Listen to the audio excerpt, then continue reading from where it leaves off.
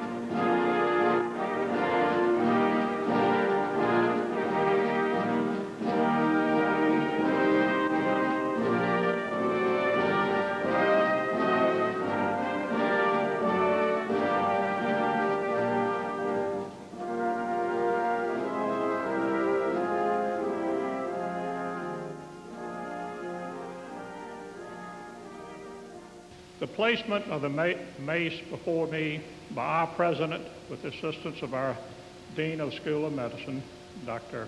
Hemming, and our president, Dr. James A. Zimbel, opens the commencement of the 20th commencement of the Uniformed Services University. Good morning, honored guests, members of the Board of Regents, faculty, staff, students, and ladies and gentlemen. Welcome to the commencement ceremony of the Uniformed Services University class of 1999. Will you please remain standing for the presentation of the colors by the University Brigade Color Guard and for the playing of the national anthem by the President's own, the United States Marine Band, under the direction of Major Dennis Berrien. Please feel free to join in the singing of the national anthem. Advance the colors.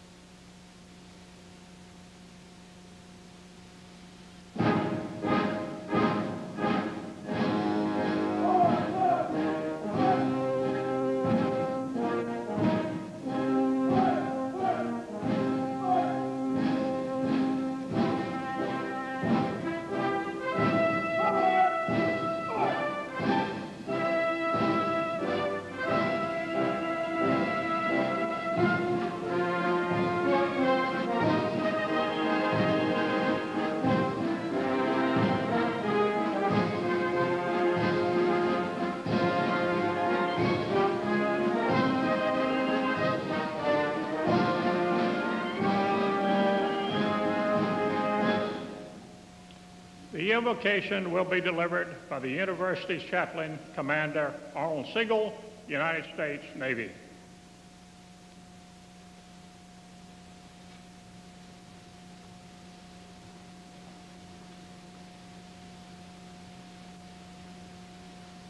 Oh, be joyful and sing unto the Lord. Indeed, all ye lands, sing ye, and praise his name. In happy community, let us join together. O Lord our God, We lift up our hearts in joyful praise and thanksgiving for raising us up to our tasks of this day. We thank you for our very minds, our very lives, and our minds to understand and our hands to reach out to you in partnership, as it were, to bring creation to its intended completion. We thank you for our blessed country, and we pray blessings of wisdom and health and vision upon all who are in authority. And we do ask your divine protection, O Lord, upon our shipmates, our crew members, our battle buddies, our armed service personnel around the world, those who serve in all those government agencies that may be in harm's way. We do pray that you will keep them safe, O Lord. We pray that you would be with our speakers, our honored guests, our honorees today. Grant that they all may continue to be our teachers and our mentors. Cause us to listen to their words and note well their life's example, that we might take to heart another lesson to enhance our lives in your service. And Lord, we do pray that your Spirit especially be with us this morning as we of the Uniformed Services University graduate our class of 1999. Lord, we do thank you for our students, the sons and daughters, our wives or husbands, even our mommies and daddies who are about to receive their earned degrees. We thank you for the perseverance, the goal setting, the sweat and tears of graduate years, and the love, O Lord, the love of the healing arts, which you caused to be in them and brought them to this happy day. We, their professors and instructors, their military officers, the administrative staff, their beloved families and friends who have taught, nurtured, and supported them, we do take pride in our students' accomplishments, and we thank you, O Lord, for our being here to share this special time. Praised are you, O Lord, our God, ruler of the universe, who has kept us alive, sustained us with loving kindness, and enabled us to arrive at this joyous occasion. And so let us say, Amen.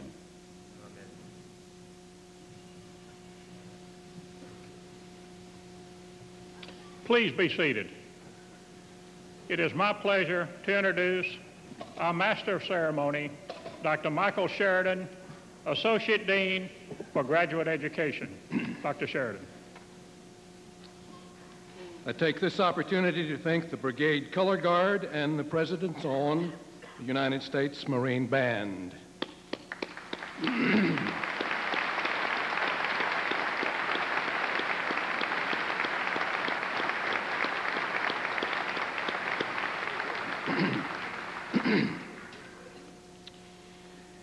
Today's ceremony is a formal recognition of personal achievement. In addition to our student graduates, the university will honor a number of individuals who, through their personal accomplishments, have contributed significantly to medicine and education in America. These awards are described in detail in your program. Ladies and gentlemen, it's now my particular honor to present Dr. James A. Zimble, Vice Admiral, Medical Corps, United States Navy, retired, President of the Uniformed Services University. Dr. Zimble.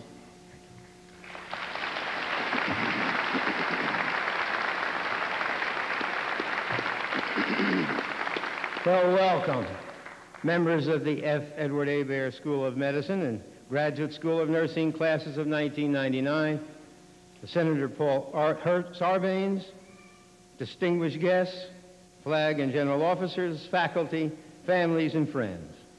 Today I have the distinct privilege of introducing the 1999 commencement speaker, Dr. Oliver Ollie H. Beers, Professor of Surgery Emeritus, Mayo School of Medicine. You'll find his distinguished biography on page 10 of your program. Dr. Beers.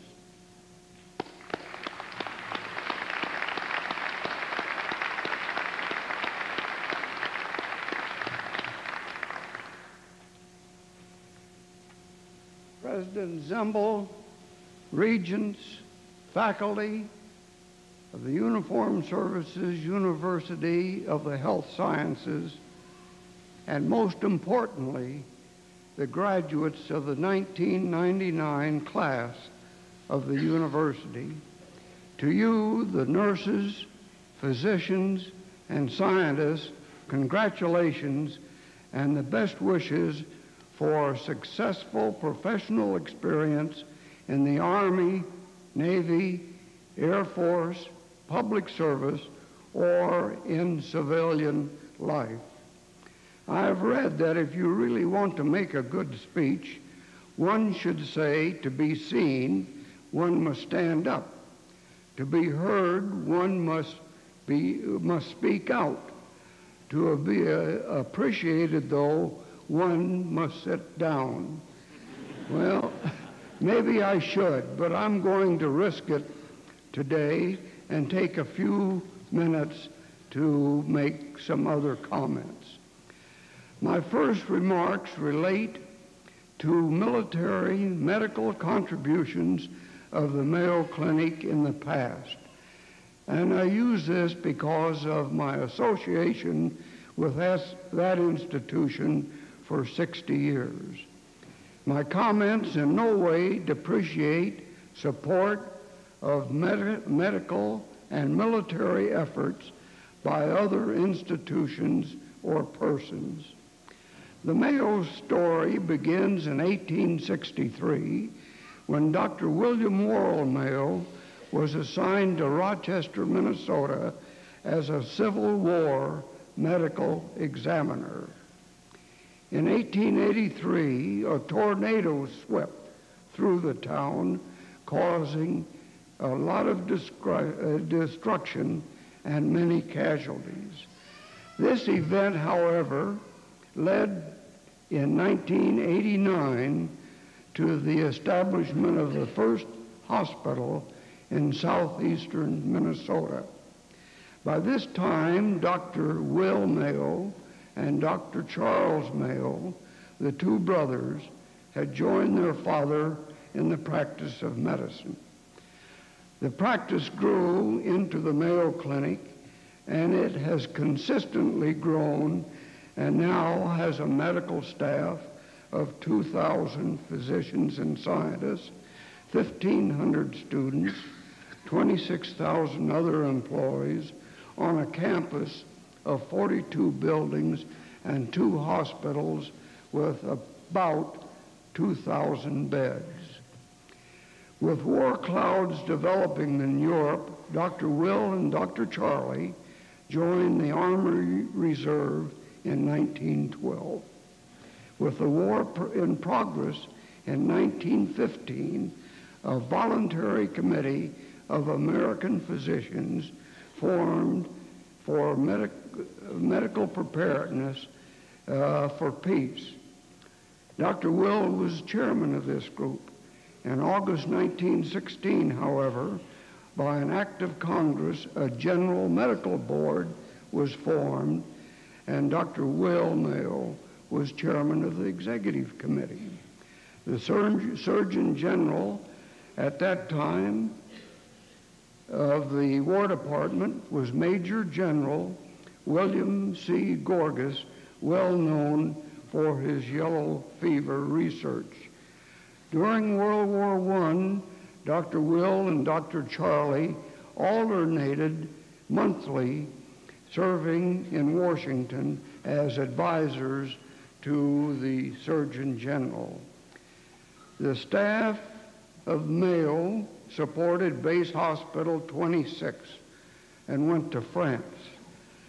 Interestingly, supplies for the hospital were hard to obtain at that time. Biscuit tins were used for sinks or tubs and as laboratory equipment. Bathing facilities were made of slabs of roofing material and sterilizers from empty barrels. For refrigeration, water was dripped over gunny sacks stretched over wooden frames. At the time, the highest rank of medical officers could be promoted was to colonel. Dr. Charlie Mayo and the Secretary of War, Newton Baker, presented this issue to Congress. The Owens-Dreier bill addressed the issue and became law according to which the Army could advance medical officers to high as Major General. During the war, medical officers were always in Rochester, Minnesota, receiving 200 hours of training under the direction of E. Starr Judd.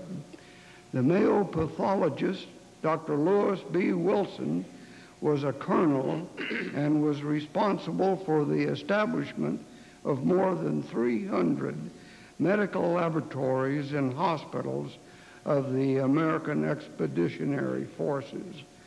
The availability of laboratories to medical officers in the service stimulated many of them to develop laboratories across America after the war.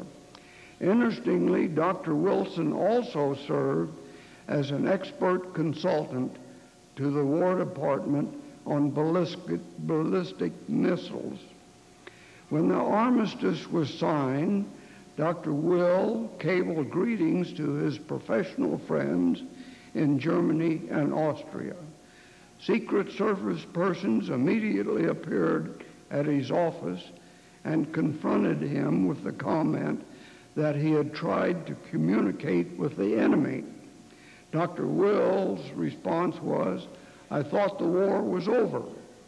He always felt that the hostility of war should not extend to the scientific community.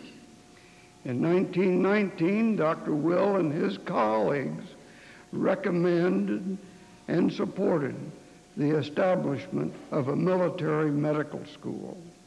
The recommendation was sent to Congress, but no action was taken. It was not until 1972, as you know, on the recommendation of Dr. Leonard D. Heaton and Mr. David Packard, then Deputy of the Department of Defense, and their colleagues, that USUS was finally formed. Between World War I and II, Mayo continued to support military activities of the Army and Navy. An Army Medical Reserve Corps was developed in Rochester, as well as 2 naval specialty units. Dr. Donald Balfour, a senior general surgeon and son of Dr. Will Mayo, was director of the Mayo Foundation during World War II. He was responsible for the education of 1,500 medical officers during the war in Rochester, Minnesota. Likewise, Dr. Balfour's leadership led to the first human centrifuge being built to evaluate physiologic changes occurring during blackouts, which were experienced by dive bombing pilots and were responsible for many fatal plane accidents. In the Mayo Acceleration Laboratory, a standard acceleration time exposure pattern was established, and researchers developed an effective straining maneuver that increased arterial pressure, allowing pilots to maintain momentary acceleration of up to 8 to 9 Gs in a sitting position. This technique, however, resulted in shortness of breath and did not entirely resolve the problem of blackouts. Dr. Earl Wood and his assistants at Mayo began developing the anti-blackout G suit And in 1943, 2 suits had been developed, but again, these were not satisfactory because they were uncomfortable. But by 1944, Dr. Wood and his associates developed a simple bladder system that allowed transmission of pressure to specific parts of the body. This system increased blood pressure of centrifuge patients and thereby increased G tolerance. Consequently, the Army and Navy quickly developed versions of this system for the pilots later in the war.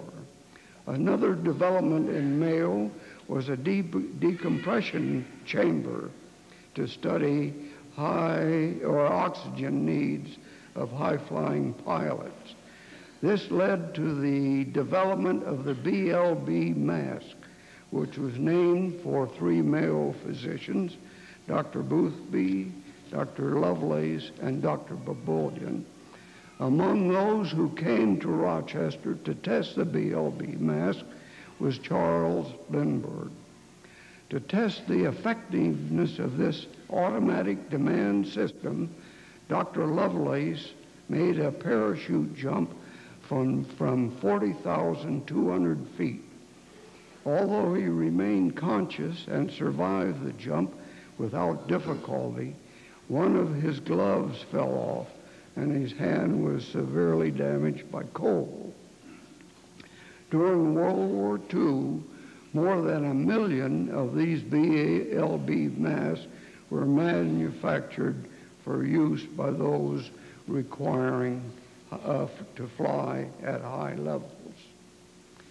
In 1971, a general hospital was organized in Minnesota. This was later divided into 2 hospitals, station hospitals, commanded by 2 Mayo surgeons, Dr. Charles W. Mayo and Dr. James Priestley. Both units served in New Guinea and the Philippines. Likewise, Mayo contributed to the Navy. 2 naval units were formed. However, that type of organization at the time was not practical, and both units were deactivated and personnel assigned to other naval activities, including duty in Guadalcanal and the South Pacific. The above comments recall how during World War I and II, 1 private institution contributed to the military and war efforts. Now a few comments regarding education. The medical education is an amalgam of many elements of information and experiences in the basic sciences, clinical subjects, all in the making of physicians, scientists, and nurses. As a medical student, resident, or a nurse, physicians are now exposed to unique characteristics and practices of your teachers. You should bring together the best of what you've learned and see, and putting them all together, establish your own profile. Fortunately, during my training as a member of the staff of the Mayo Clinic, I have been exposed and associated with many fine surgeons. And let me mention several. Dr. Donald C. Mayo, or Balfour, was a very capable general surgeon. And as a surgeon, his primary objective was not only to make the operation safe for the patient, but to make the patient safe for the operation. His surgical philosophy was to cure some of the time, comfort frequently, and help always. A good philosophy for any of us or all of us in the healthcare professions. Dr. Howard Gray taught me understanding and comfort to make the surgical procedure simple, but always accurate, based on an expert knowledge of gross anatomy and pathology. Dr. Stuart Harrington, a hard worker, was very demanding and actually a bear cat in the operating room. He expected expert help from his assistants. Once when I asked him if he always did a procedure a certain way, he hesitated, looked over his glasses, under his bushy eyebrows, and said, "Is there any other way to do it?" I learned to listen, to look, to listen, and to speak infrequently. John Pemberton is said to have performed 25,000 thyroid operations during his career. He would scrub at the sink, and on finishing, take his mask down, pick up a glass of water, drink it, place his Mac back up, go directly to the operating table, and proceed. He was always calm and steady. Director Virgil Council impressed me as having a surgical procedure well organized. He made an operation seem like a song and a dance. He used cautery frequently and in the destruction of tumors, especially in the bladder. When doing so, if smoke got in his way, he'd merely take his mask down, blow it away, and continue to burn. The patients always did well, which brings up the question, do we at times overemphasize some aspects of our techniques? Dr. John Wall, with his consistent pace, never hurried, always did the operation in a stepwise manner, and whether difficult or easy, the operating time was always the same. Others included Joe Pratt, who taught me the value of blunt dissection. Jim Claggett demonstrated perfection in technique and the value of appropriate tension on tissues for exposure, dissection, and control of bleeding. There are many others who contributed to my approach to surgery, certainly including nurses, students, and non-medical personnel. Let me just mention one. There was John Grabo, an interpreter, an expert in Slavic languages, who after a long conversation with a patient would turn to me and say, "Doc, she's got gallstones." Well, during his experience as an interpreter, he had picked up considerable medical knowledge. I remember one instance when a patient was alone, did not speak English, and John was called in. The risk of surgery was high, and it was desirable to get permission for a post-mortem examination in the case the patient didn't make it because of the character and the symptoms of his disease. John discussed the situation with the patient at length and finally turned to me and said, "He says it's okay, Doc. He's curious too." Well, I've often said that a good secretary and a good scrub nurse can make or break a surgeon, and this certainly is true. Fortunately, over the years, I have been fortunate to have both good secretaries and scrub nurses. Physicians and surgeons and nurses are not molded in a common pattern, but bring together many factors. What we are individually is a composite of what we have learned from others. As Dr. W.W. Mayo said, quote, "No man is big enough to be independent of others," end of quote. The groundwork and foundations have been laid for us by our predecessors, and it is our obligation and responsibility to maintain the excellence in our profession for those who follow us. And remember, as a physician, a nurse, or a science, we all become teachers, and it's part of our profession.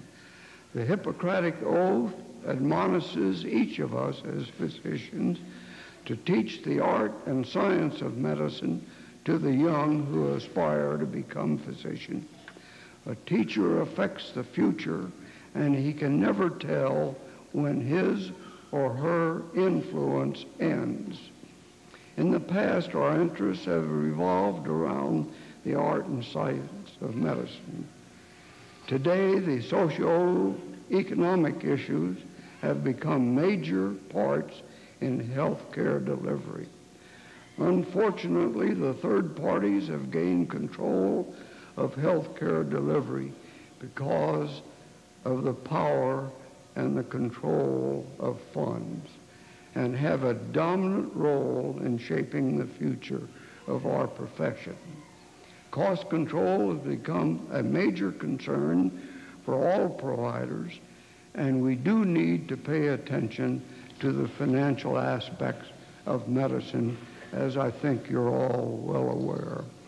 A question that has impressed me because of its remarkable relevance to our times is from a speech delivered by a statesman to the governing body of his own time and place.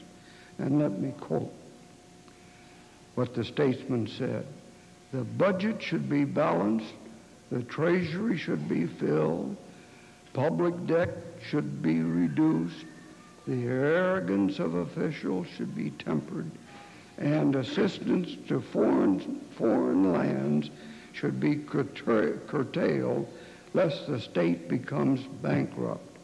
He advised that the people should be forced to work and not depend on government support." Now this will surprise you. The statesman was Cicero, and he was addressing the Roman Senate more than 2,000 years ago. When men are left free by the state to engage in productive action, guided by self-interest, above all, they do create the most efficient and powerful production system that is possible in their society. It is sad that the third parties have intruded themselves to such an extent in health care delivery. The financial aspects of practice of medicine in earlier years was not an important factor in medical practice. This no longer is true. Budgets are tight. Sufficient funds are not always available for seeing patients, teaching, and conducting research. For many schools and hospitals, outside funding has become necessary to maintain their activities, especially in teaching and research. This is also true at USUS, and a development program is getting underway, and this program, to be successful, requires the support of the leadership of the school, regents, faculty, alumni, including nurses, physicians, and scientists, and friends. To support this effort, the David and Lucille Packard Foundation has just made a gift of $1 million to support the Heaton Packard Chair in Surgery. It is not necessarily the amount that is given by individuals or institutions, but the expression of loyalty and support for maintaining an excellent institution from which you and all of us have gained so much over the years. Each physician, scientist, or nurse must demonstrate professional, moral, and ethical fitness. He or she must practice scientific honesty, placing the welfare of patients above all else. The patient must always be approached as a person, and our primary concern should be to provide that person with the best of medical care. Remember also that medicine Because of its complexities of human biology, decisions must often be made on the basis of probabilities and not certainties. A life may hang in balance based on your judgment. Making the correct decision is what is called judgment, an amalgam of intelligence, knowledge, experience, and continuous critical analysis of results. Quality treatment today is not tantamount on the use of all capability. Capability should be selectively used in the management of a patient, and it's also important to recognize when capability is not necessary and should not be used. If the physician or nurse considers the patient first, that is the patient's health, social, and economic well-being, regardless the administrative structure of healthcare delivery, the physician can take pride in the profession, and the best and brightest will enter it. The patient will always respond with loyalty and support. Finally, let me just make a quote that is very valuable to me, and I hope it will be to you. It's by Albert Einstein, and this is what he said: "How extraordinary is the situation of us mortals. Each of us is here for a brief sojourn. For what purpose he knows not, though he sometimes thinks he senses it. But without going deeper than our daily life, it is plain that we exist for our fellow man. In the first place, for those upon whose smiles and welfare all our happiness depends, and next, for all those unknown to us personally, but to whom destinies we are bound by a tie of sympathy. 100 times every day, I remind myself that my inner and outer life depends on the labors of other men, living and dead, that I must exert myself in order to give in the same measure that I have received and am still receiving." End of quote.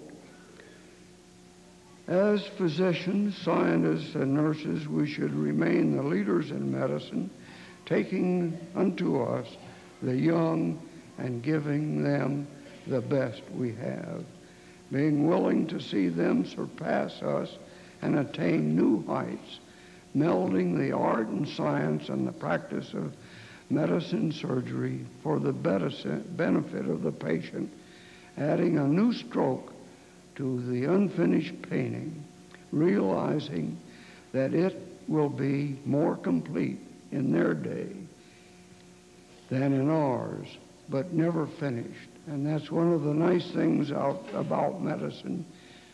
Education, the body of knowledge, will always be changing and advancing. Healthcare providers, let us that includes nurses, scientists, physicians, and all supporting our efforts. Let us rededicate ourselves to the fundamentals of our profession on clinical care, academic achievement, and teaching, and let us strengthen our moral sensitivity and humanism in practice. As physicians and surgeons and nurses, you have dedicated your lives to the art of medicine and to the benefit of your fellow man. Although there are other rewards of profession, such as material gain and position in society, nothing surpasses the satisfaction of helping a patient if help is possible. The encounter between physician and patient cannot affect the soma and soul without also affecting the other. Finally, let me again congratulate the 1999 graduates of the Uniformed Services University of the Health Sciences, physicians, nurses, scientists, and the best wishes for a happy journey into medicine in a military clinic or hospital, on the battlefield, or in civil life for the benefit of our fellow man. Thank you very much.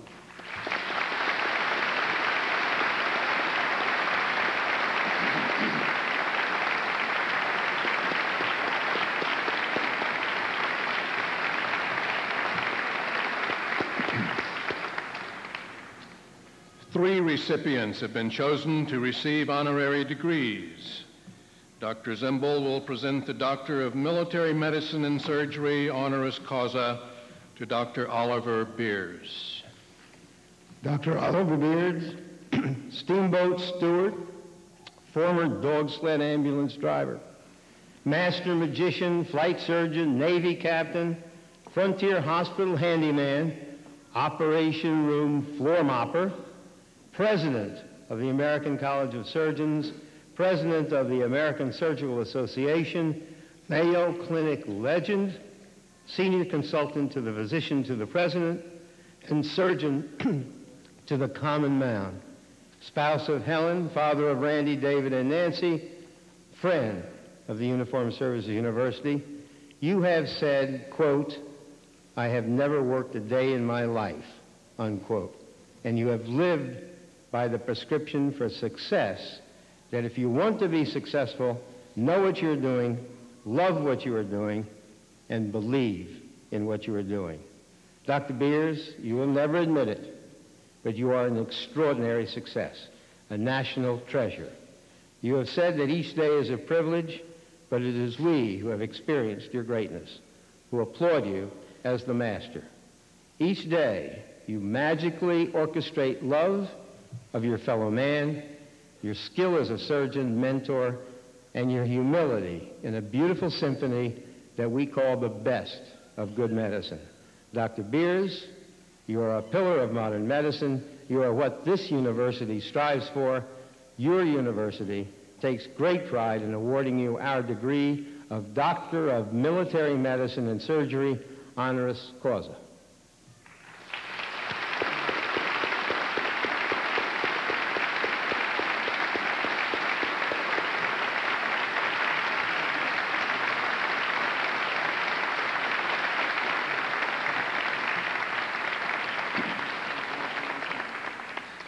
Dr. Zimbel will present the Doctor of Medical Jurisprudence, honoris causa, to Paul Spiros Sarbanes, United States Senator, Maryland. Senator Paul Spiros Sarbanes, for over 38 years, you have unselfishly answered the call to public service, both for the state of Maryland and for the nation. Since 1961, your commitment to a well-organized and caring government and your concern for those who serve their nation in the uniformed services have won you the sincere respect of the general public, the military health system, and the Uniformed Services University of the Health Sciences. Millions of soldiers, airmen, and Marines, both active duty and retired, have benefited during your extensive career due to your uncompromising commitment to excellence in uniformed medicine. You have become a recognized spokesperson for preserving the lessons learned in military medicine and for elucidating the need for continuity and leadership throughout the military health system. Your spirit and humanity have consistently been tested when those who do not comprehend the significance of the unique practice of medicine in the military have attempted to undermine the very support structure of uniformed medicine. Your courageous support has successfully and effectively served to sustain the quality of uniformed health care so vital to medical readiness. Your vision and extensive experience have also enabled you to see the essential role of the Uniformed Services University as the academic center for military medicine. Through your efforts, this university has granted over 3,000 degrees to uniformed physicians, advanced practice nurses, and uniformed graduate education students since its first graduation ceremony in 1980. Your nation's university and academic center for military medicine takes great pride in awarding you the degree of Doctor of Medical Jurisprudence honoris causa.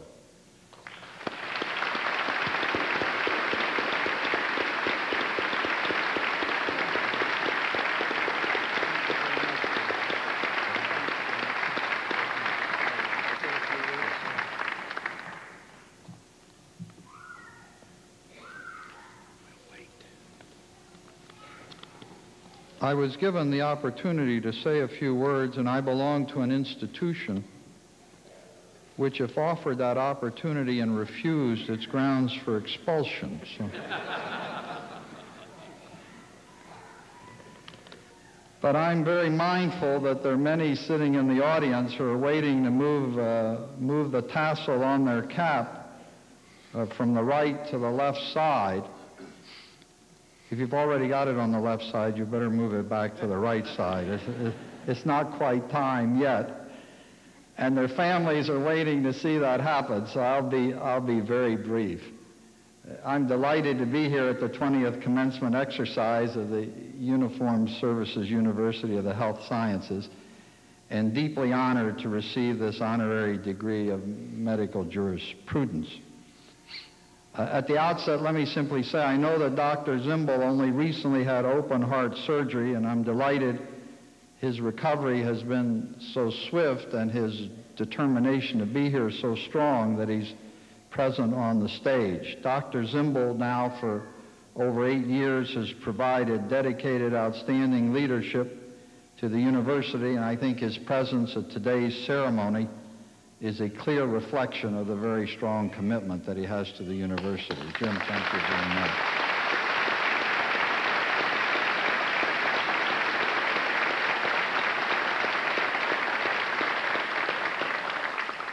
And of course, I'm very pleased to be in the company and the receipt of an honorary degree today of Oliver Beers, who's a medical legend in his time, and Sheila Burke, who's one of our nation's leading health policy thinkers, now at the Kennedy School of Government. But before that, for many years, she worked with Senator Dole in the United States Senate, where she was an extraordinarily capable person who commanded tremendous respect from all members of the Senate, Democrats and Republicans alike. My first term in the House of Representatives, I was elected in 1970, so my first term was when the medical school was established, and I still can recall F. Edward Hebert, who was then Eddie Hebert, who was the chairman of the House Armed Services Committee, the congressman from Louisiana, when he pushed this measure through the House, and when he spoke in very glowing terms about the prospects that such an institution would have for the nation. Over the years, I've had a strong interest in the continued prosperity of the Uniformed Services Health Sciences University because of its unique mission and its critical importance to the nation's military readiness.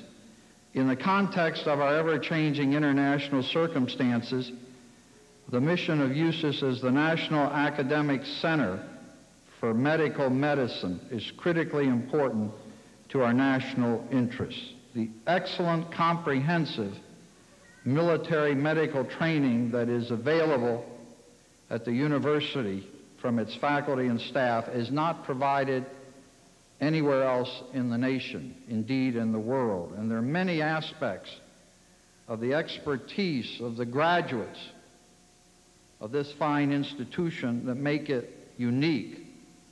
Other medical students, health science people, do not have the extensive training in a number of fields: advanced trauma, life support, deployable medicine as surgical teams in remote environments, the medical aspects of chemical and biological terrorism, only to mention a few which the graduates of this institution are familiar with. The Uniformed Services University serves a nation by providing medical officers who excel in military medicine during times of peace and war. 60% of the physicians who served in Desert Shield, Desert Storm were graduates of USUS. One out of every five active duty physicians in the Army, Navy, and Air Force today is a graduate of this university. But there's another dimension, which I want to mention only briefly, which in my view truly sets the graduates of the Uniformed Services University apart from others. I have a deep respect for the graduates of this fine university, not just for their remarkable and unique accomplishments in the field of health science, but for their sense of responsibility and dedication and their commitment to leadership. USUS attracts and graduates individuals who are not only committed to medicine and healing others, but to long-term public service. 92% of the graduates of this university remain on active duty. Of those graduates who have completed their initial 7-year service obligation, 84% continue to serve the nation in some formal capacity. And these figures were this commitment reflected by these figures was very helpful in the debate in the Congress when we had uninformed, unknowing members of Congress who were trying to do away with the Uniformed Services University. I could say even harsher things, but this is a happy occasion, and I'll forego doing that.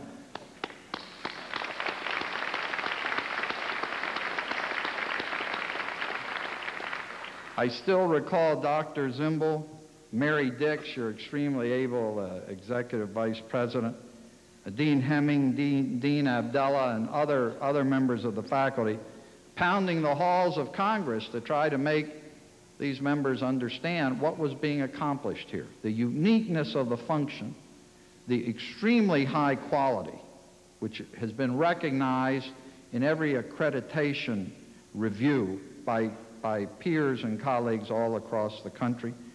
Every single nurse who has graduated from USUS has passed his or her certification exams in their specialties. In the first few years since the establishment of the Graduate School of Nursing, which we did only a few years ago, a total of 60 uniformed advanced practical nurses have already received Master of Science in Nursing degrees. All of them are still on active duty in their respective services. I'm deeply honored to have received this degree.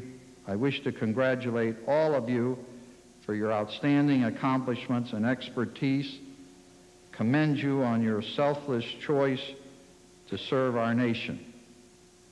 It is a privilege to be in your company, albeit on an honorary basis. Thank you very much.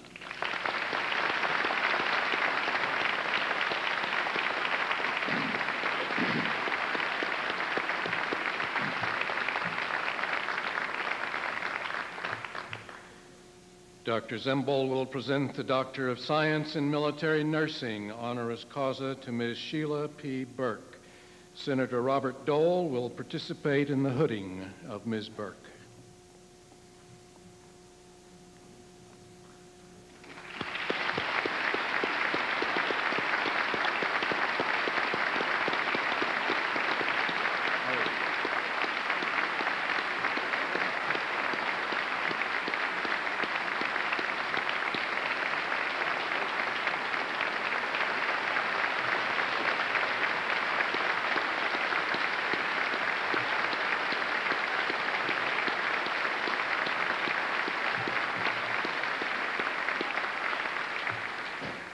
Senator Dole, your presence on this platform, along with that of Senator Sarbanes, gives very tangible evidence of the bipartisan support that this university is very happy.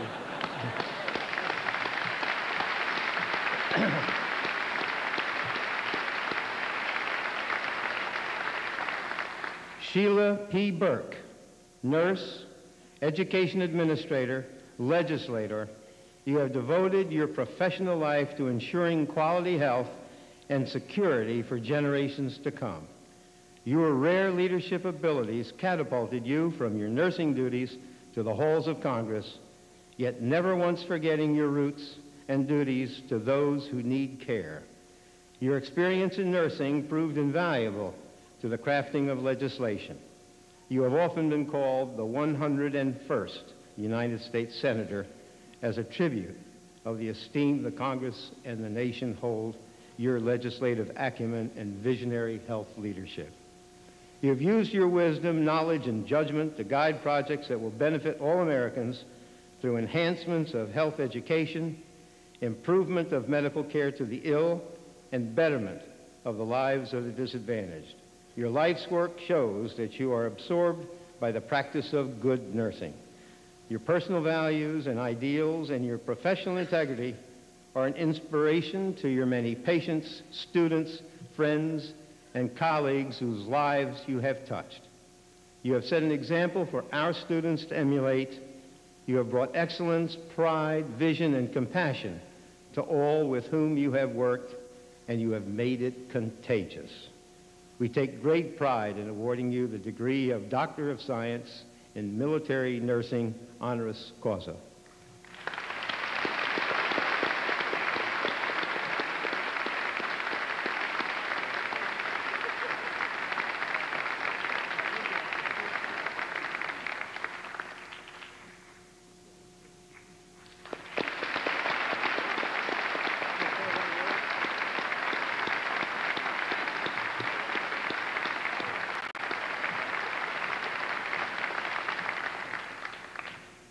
I'm not another commencement speaker, but, you know, you always feel like a corpse at a funeral if you're giving a commencement address. They don't expect you to, can't have the event without one, but they don't expect you to say very much. And I was, but that's not the case today. You had a great speaker, and one of the reasons I missed the Senate because of outstanding men like Paul Sarbanes, who understands what America's all about. But I wanted to say just a personal word about Sheila Burke. I've just come from the Korean Memorial where I presented a Silver Star to Jim Smith, who happens to live in Maryland, 55 years after the event. 55 years later, he was recognized for heroic, in fact, saving a fellow named John Erdman, who carried him on his back. The fellow had been wounded 5 times. He carried him to safety, and sometimes it takes a while, but after all these years, he was honored today with his family, just a small group of us. And it underscores what America is really all about. And as someone who's been the recipient of uniform medical service for the past 50 years, you know, I'm probably alive today because of the great skill of Army doctors and other nurses and others who cared for me since World War II. And so I'm just honored to be here, but Sheila Burke is an outstanding public servant. I can just tell you personally that she really believes in public service, because I called her about 10 days ago and said, I've got a great opportunity. You can make a lot of money. I said, I don't want to make a lot of money. I want to serve somewhere where it's public service, where you make a difference in people's lives. So that's the kind of person you've honored here today. And as Paul said in his speech, she had the respect of Republicans and Democrats, and those in the administration, regardless of their politics, understood that when Sheila spoke, she spoke with a great deal of authority because she understood the subject, and she knew she reflected the views of many of us in the United States Senate, regardless of our party. So thank you very much, and congratulations to all the graduates, and God bless America. Thank you. It is my privilege to introduce Dr. Faye Abdullah, Dean, Graduate School of Nursing. Dr. Abdullah is joined by Dr. Zimble, Dr. Lonnie Bristow, Chair of the Uniformed Services University's Board of Regents. Major Lorraine Fritz, Commandant of the Graduate School of Nursing, will announce awards. On behalf of the Graduate School of Nursing, I am honored to present the Outstanding Student Awards. Please turn to page 2 in your program for the following awards. The Graduate School of Nursing Outstanding Student Award for the Nurse Anesthesia Program is presented to Lieutenant Rachel J. Nicola, Nurse Corps, U.S. States Navy. Lieutenant Nicola, please come forward.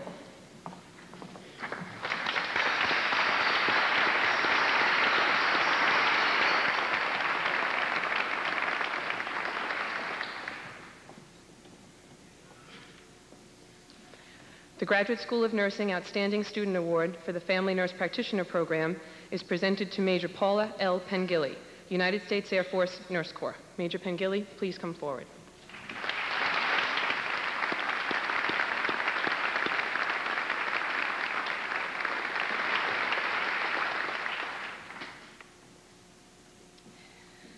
The Graduate School of Nursing Outstanding Military Faculty Award is presented to Major Lorraine Fritz, Army Nurse, United States Army.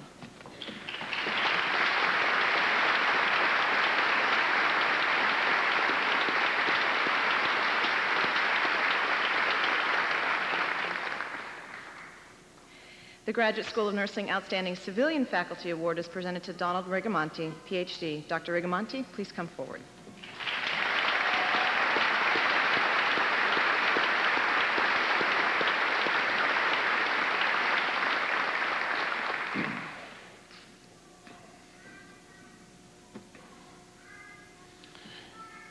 Will the presenters be seated, please? I'm pleased to introduce Major Paula Pengilly, United States Air Force Nurse Corps. Major Pengilly will present the Graduate School of Nursing class farewell address. Major Pengilly.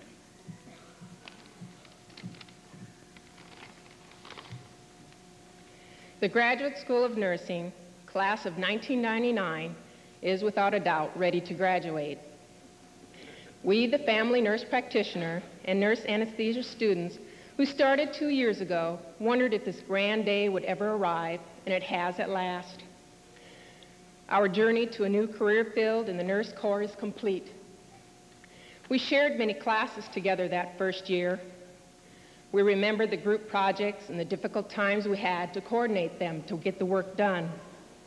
We remember the hard physiology exams and the challenge in completing our theses. But we also remember the generous and loving support we received from each other during difficult times. There were marriages and the births of children. Unfortunately, several students lost loved ones. We thank our peers and family members who made us remember to have fun between studies, that there is life beyond school. All of these memories are special. We had the opportunity to work and play with future military medical doctors with whom we will be working with side by side, thus beginning our special collaborative working relationships. We know of no other university that can provide us with military medicine distributed throughout the curriculum, preparing us for mobility roles in medical readiness. I asked my peers to think of things to share today, and here is a list. While you may think you know best, if you work with a group, you may find an easier way. That having to complete a thesis is not the end of the world, but trying to get it published may be. In the military, a few good friends become your local family. Without our excellent faculty, this would be just another graduate nursing program. That there's nothing like living near a military community. That a great thesis chair makes the difference between a good thesis and a great thesis and being able to finish on time. That there is always light at the end of the tunnel, just sometimes you have to peer very hard. And last, when you get to the end of your rope, tie a knot and hang on. We hung on, and here we are.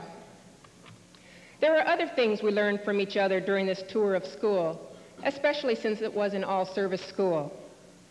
We learned about customs from our sister services that we did not previously know, helping to prepare us for future joint operations. It gave us a respect for one another, one we will take with us as we depart school and go to our new posts, bases, and ports.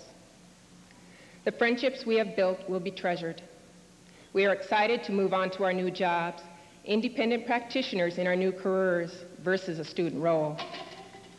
Finally, to do what we have dreamed of doing, taking care of our soldiers, sailors, airmen, their families, and anyone else entrusted to our care.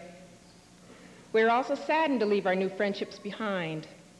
In our hearts, we know we will someday meet again, the military way of life, maybe at a professional conference, a planned vacation, or even be stationed together. When we meet again, we can remember our special times here at the Uniformed Services University of the Health Sciences Graduate School of Nursing. Thank you.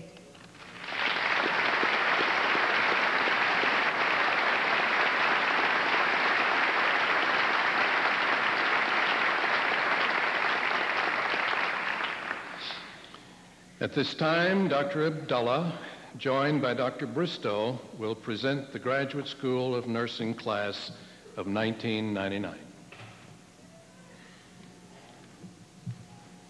Dr. Bristow, on behalf of the class of 1999, I present to you 33 advanced practice nurses who fully qualify for the Master of Science in Nursing.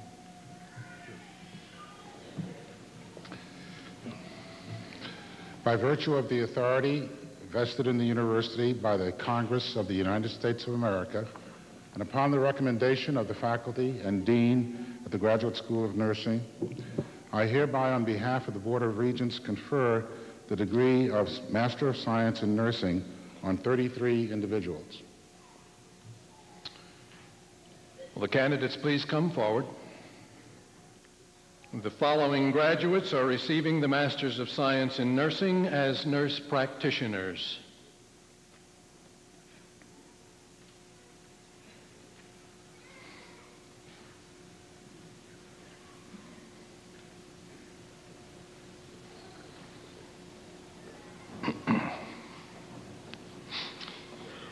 Captain Nicola S. Adams, United States Air Force. Major Christine Laura Markley Bristow, United States Army. Captain Jack M. Davies, United States Army. Lieutenant Robert C. Fricke, United States Public Health Service. Captain Gayla D. McLaughlin, United States Air Force. Lieutenant Judy L. Mitchell, United States Public Health Service. Captain Heather L. Moldar, United States Air Force. Captain William A. Novak, United States Air Force. Captain J. Earlene Owens, United States Air Force. Captain Colette R. Pablo, United States Army. Major Paula L. Pingilly, United States Air Force. Captain Lynn A. Tomlinson, United States Air Force. Captain Elizabeth Wall, United States Army. The following graduates are receiving the Master of Science in Nursing in Nurse Anesthesia. Captain Wendy Lynn Aronson, United States Air Force. Captain Cheryl Ann Birch, United States Air Force. Major Marjorie Melanie Berry, United States Air Force. First Lieutenant Mary Ann Delventhal, United States Army. Captain Mark L. Evans, United States Air Force.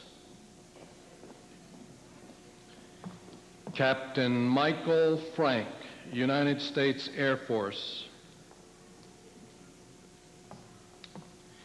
First Lieutenant Patricia Ann Keebler, United States Army. Captain John R. Kilpack, United States Air Force. Captain Brenda J. Corio, United States Air Force. Captain Brian Tracy Kuntz, United States Air Force. Lieutenant Heather Ann Limbo, United States Navy.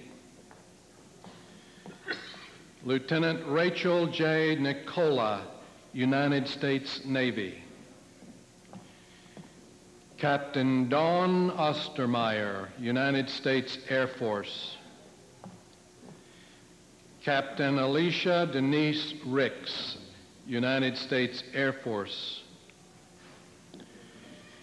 Lieutenant Commander Michael R. Sanchez, United States Public Health Service. First Lieutenant Jeffrey Lynn Schrader, United States Army. Major Allison T. Solberg, United States Air Force. Captain Brian G. Todd, United States Air Force. Captain Kenneth A. Williams, United States Air Force. And Captain Robert Michael Woods, United States Army.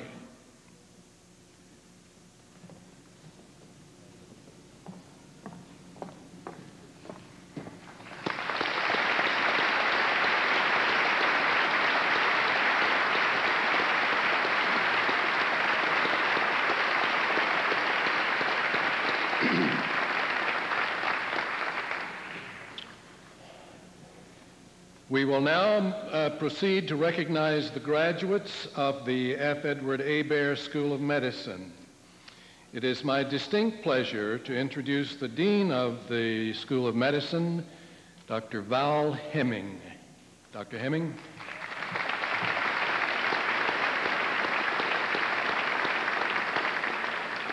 Page 26.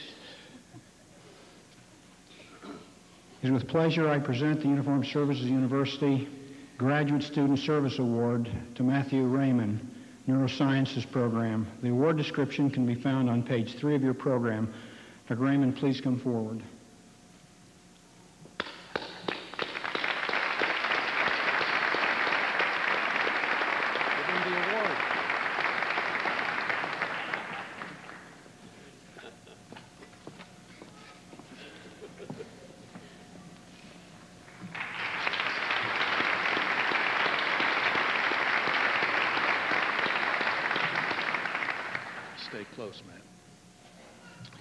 The university is delighted to announce that the Henry M. Jackson Foundation has inaugurated a fellowship in the medical sciences to be awarded to an outstanding graduate student in the School of Medicine at the university.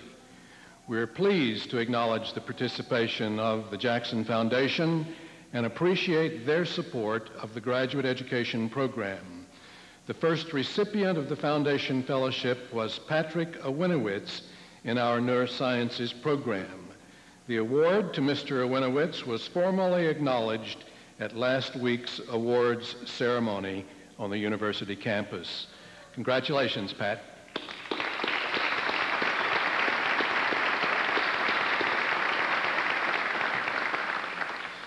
The School of Medicine's graduate program is pleased to announce the second recipient of the school's Outstanding Biomedical Graduate Educator Award.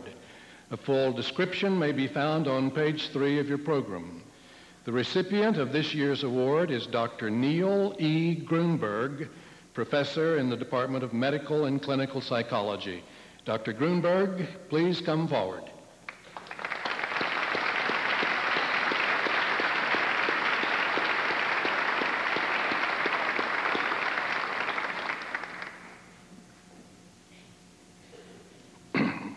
The presenters, please be seated. Ladies and gentlemen, Matthew Rahman, doctoral candidate in the neuroscience program, will present the graduate student farewell address. Dr. Rahman.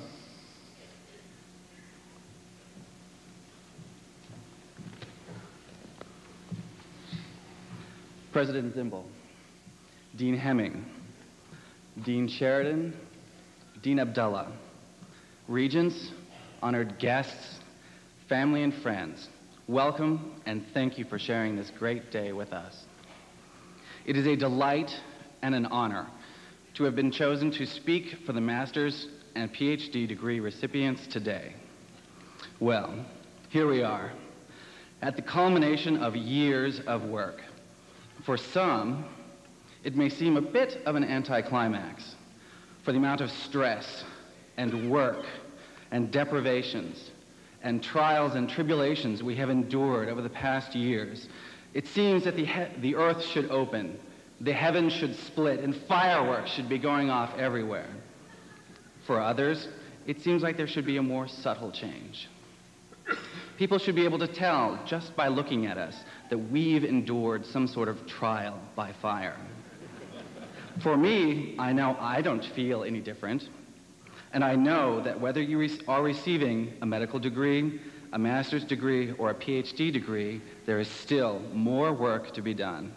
Internships, residencies, postdoctoral fellowships, and so on.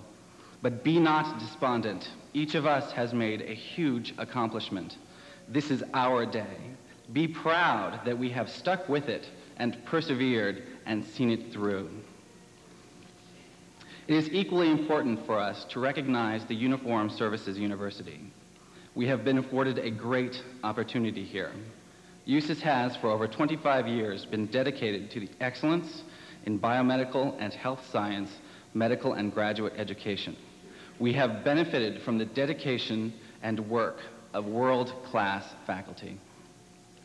Now that I have been away from USUS for several months in my new role as professional scientist and lecturer at Texas A&M University, I realize and appreciate the outstanding quality of the training and education that we have received.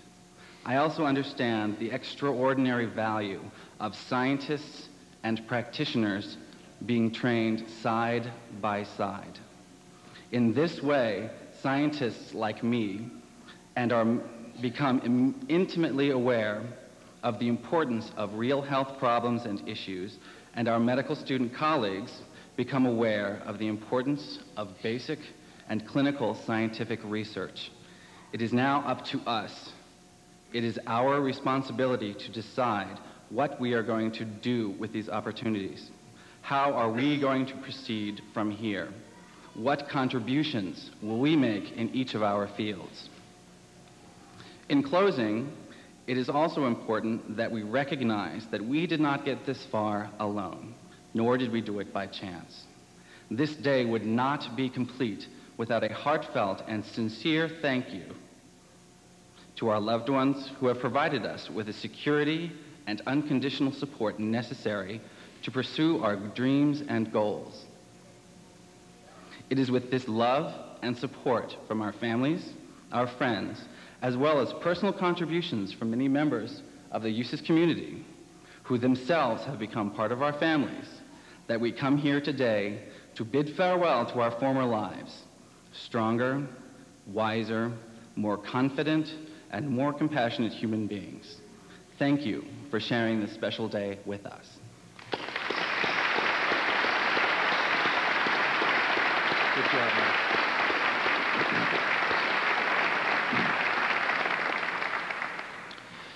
At this time, Dr. Hemming and Dr. Bristow will confer degrees on candidates of the university's School of Medicine graduate program.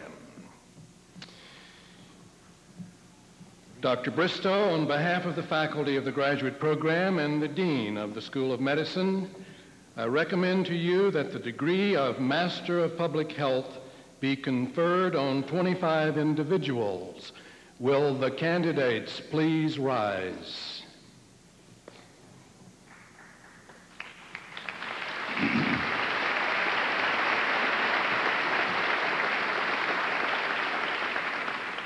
By virtue of the authority vested in the university by the Congress of the United States, and upon the recommendation of the faculty and Dean, F. Edward A. Baer School of Medicine, I confer the degree Master of Public Health with its attendant privileges and responsibilities.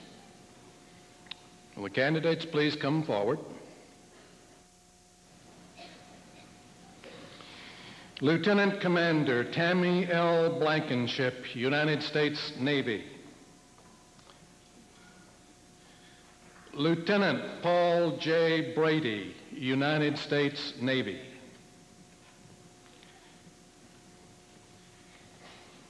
Captain Alice S. Chapman, United States Air Force. Captain Stephen J. Dalal, United States Army. Major David Duque, United States Air Force.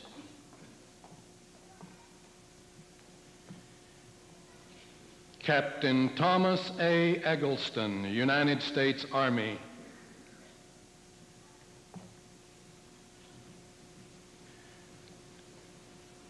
Colonel Joseph B. Fitzharris, United States Army.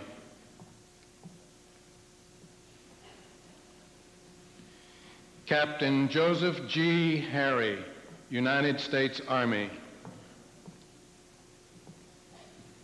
Captain Edward M. Kilbane, United States Navy. Lieutenant Colonel Victor H. McIntosh, United States Air Force. Lieutenant Commander Jason D. McGuire, United States Navy. Lieutenant Commander Robert O. Marchensky, United States Navy. Captain Cedric McCord, United States Army. Lieutenant Kimberly W. McDonnell, United States Navy. Major Pearline V. Mackenzie Garner, United States Army. Major James A. Mullins, United States Air Force. Lieutenant Minda G. Nieblas, United States Navy. Major Stephen P. Niehoff, United States Air Force.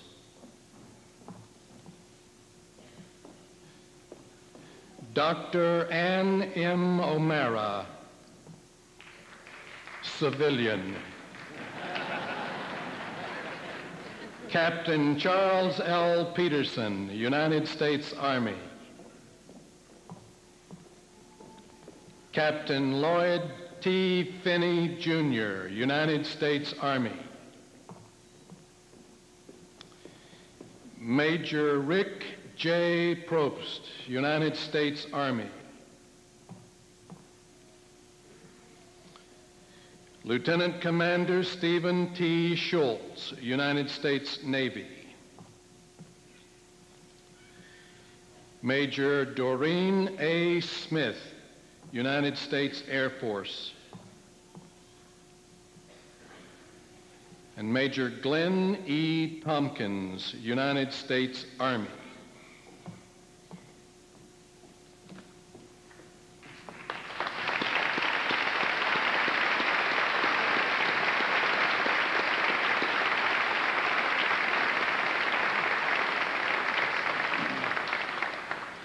Dr. Bristow, on behalf of the faculty of the graduate program and the Dean of the School of Medicine, I recommend to you that the degree of Doctor of Philosophy be conferred on 7 individuals.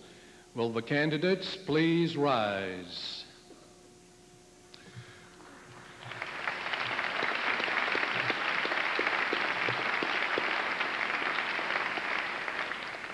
By virtue of the authority vested in the university by the Congress of the United States, and upon the recommendation of the faculty and Dean, F. Edward A. Baer School of Medicine, I hereby confer the degree Doctor of Philosophy, with its attendant privileges and responsibilities.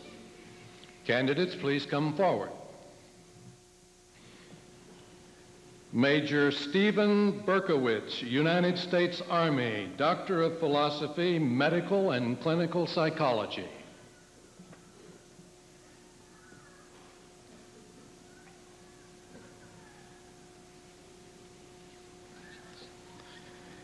Helen T. Santiago, Doctor of Philosophy, Medical and Clinical Psychology.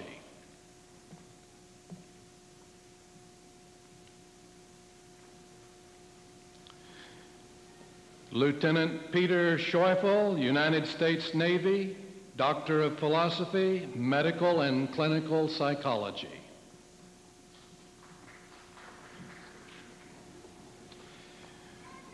Rebecca J. Greenwald, Doctor of Philosophy, Microbiology and Immunology.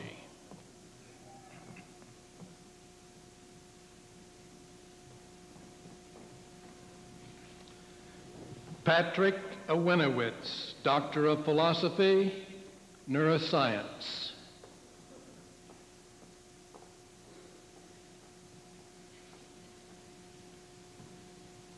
Robert A. Forbes, Doctor of Philosophy, Neuroscience.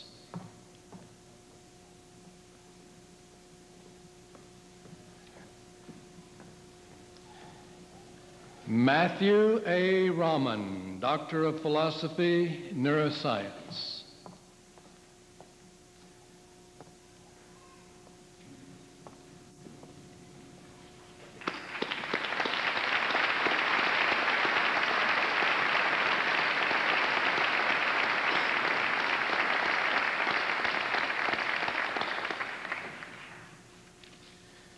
Ladies and gentlemen, we now move to that portion of the ceremony devoted to the graduates who will receive the degree Doctor of Medicine.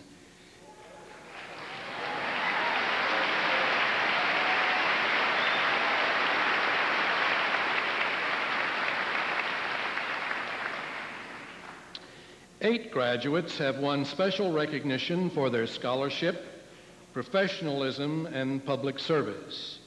Dr. Jerome Singer, Professor and Chair, Department of Medical and Clinical Psychology, will announce the first three awards. Descriptions of the awards begin on page 4 of your program. Dr. Singer? The Board of Regents Award is the highest honor a graduating senior can receive. Second Lieutenant Thomas G. Eccles III, United States Army Reserve, please come forward.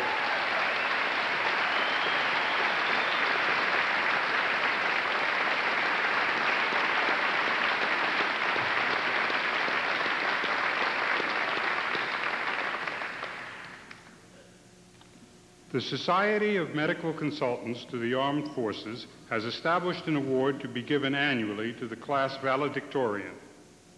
This year, the award is presented by Dr. Nicholas L. Rock, President, Society of Medical Consultants to the Armed Forces, to Second Lieutenant Mark W. Colassa, United States Air Force Reserve. Lieutenant Colassa, please step forward.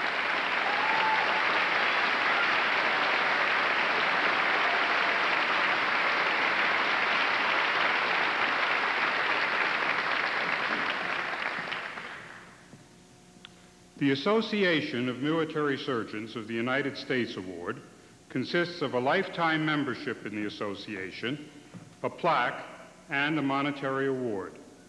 On behalf of the association this year, the award will be presented by Dr. Zimble to Second Lieutenant Robert L. Mabry, United States Army Reserve.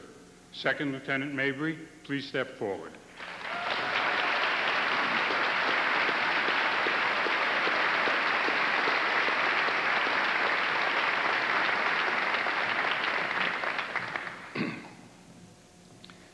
I am pleased to announce the presentation of the United States Army, Navy, Air Force, and Public Health Service Surgeons General Awards.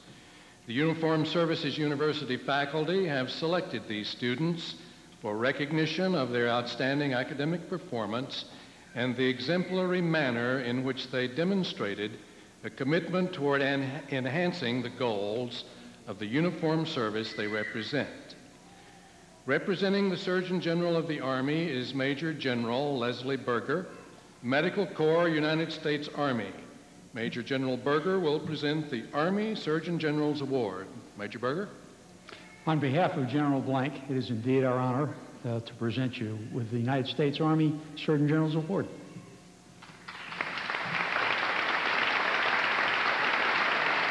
It's just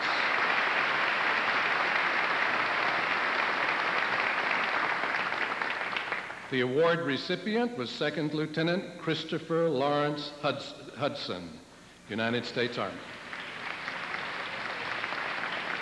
The Surgeon General of the United States Navy, Vice Admiral Richard A. Nelson, Medical Corps, United States Navy, will present the next award. Admiral Nelson.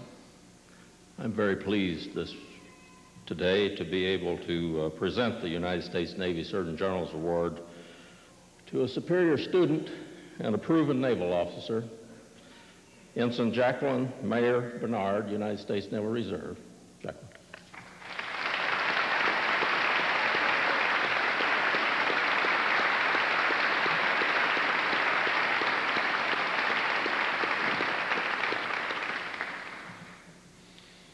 Major General Leonard M. Randolph, Jr., United States Air Force Medical Corps, Special Assistant to the Surgeon General of the Air Force, will present the next award. General Randolph. It occurs to me, by the way, if you look at the descriptions on page 5, that this one statement under these awards probably represents the best description I've seen of the need for the Uniformed Services University, the perfect marriage of the profession of the healing arts and sciences and the profession of arms. And this recipient displayed all of that in abundance. On behalf of Lieutenant General Charles H. Rodman II, it is a distinct pleasure for me to present this award to Second Lieutenant Erica J. Struble.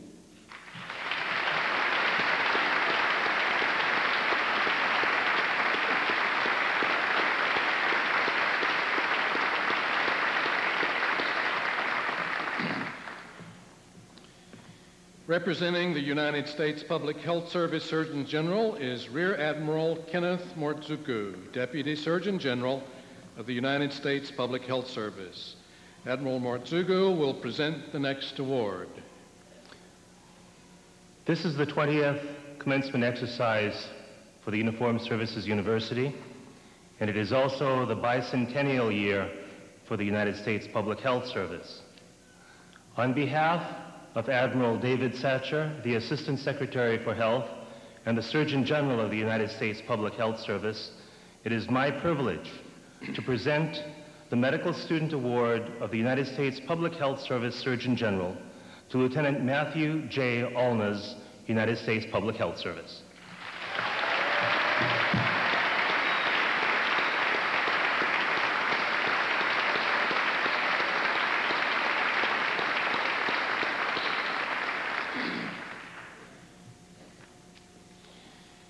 The Esprit de Corps Award recipient is selected annually by the members of the graduating class to recognize one of their own. The individual selected is not listed in your program because the class, by tradition, keeps it secret until this time. This award is presented by Dr. Richard McDonnell, Associate Dean for Student Affairs, and by Colonel John McManigal, Assistant Dean for Clinical Sciences. Dr. McDonnell, please come forward. We are pleased to announce that this 20th commencement, the class of 1999, has selected a brand new wife, Second Lieutenant Molly McNerney. Please come forward.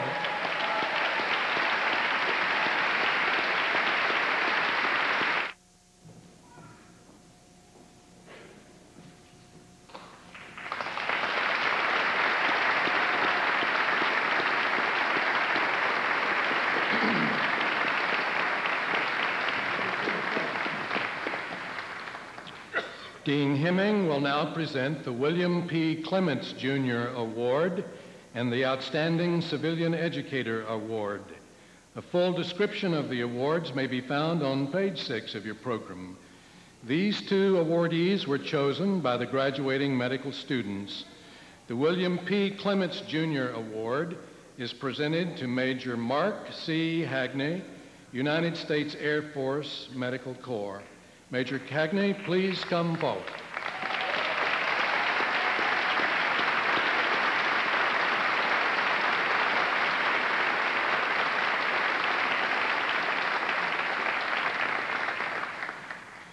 The Outstanding Civilian Educator Award is presented to Dr. Robert Dufour, Department of Pathology. Dr. Dufour, please come forward.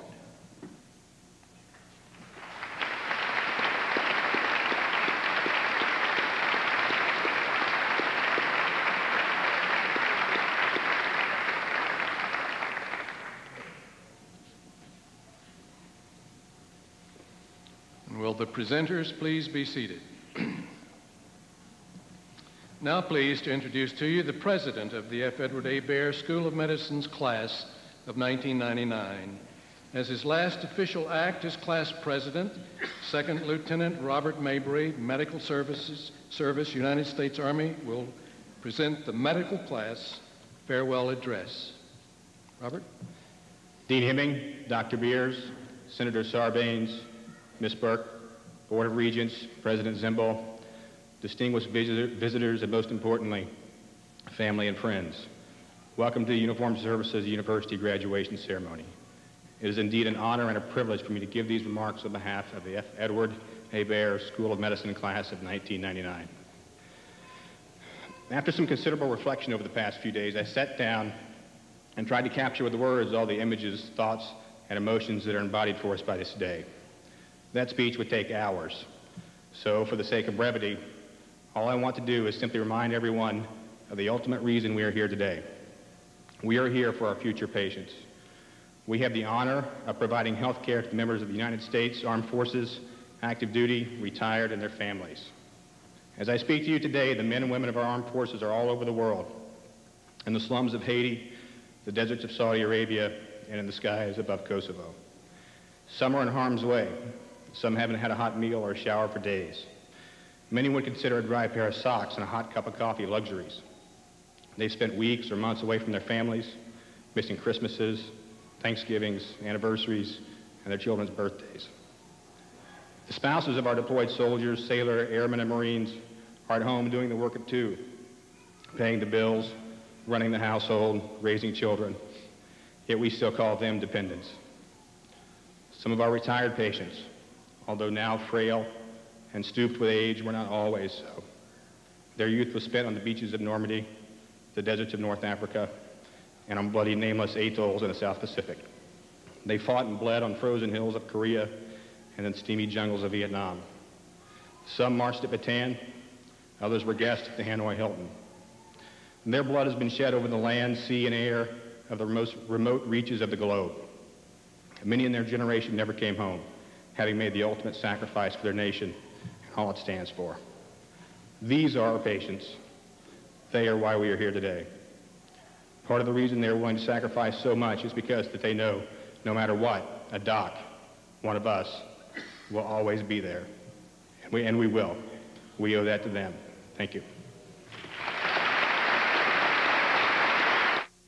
Medicine be conferred on the 163 members of the 1999 graduating class. Will the candidates please rise?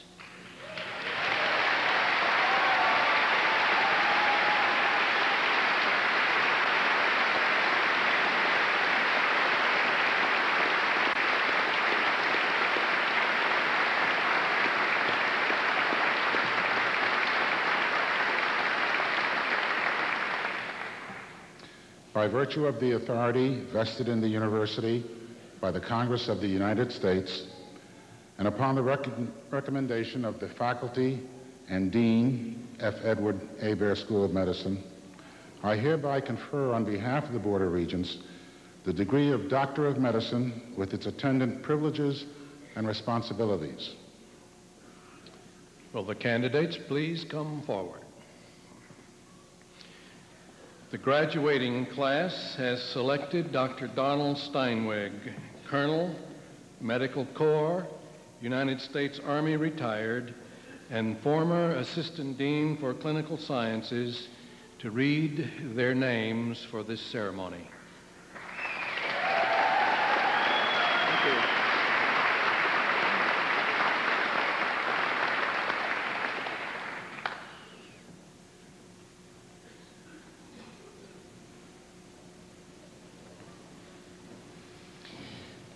Dr. Philip A. Albanese.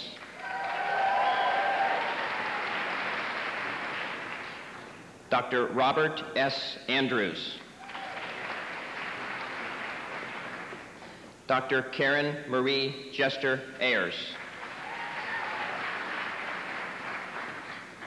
Dr. Karen Moran Ayat. Dr. Songay Clestine Barclift. Dr. Richard Whiting Bentley. Dr. Jacqueline Marr Bernard. Dr. Kyle Russell Berry.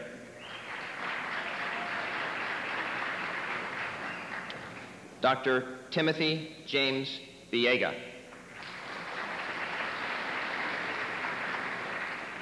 Dr. Robin Lynn Bird. Dr. Scott Russell Bishop.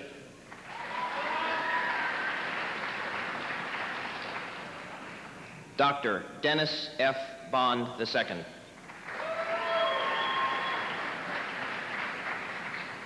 Dr. Troy Ford Borma.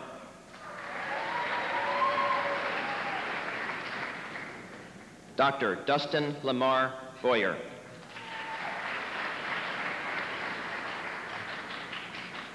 Dr. Daniel Robert Brazil.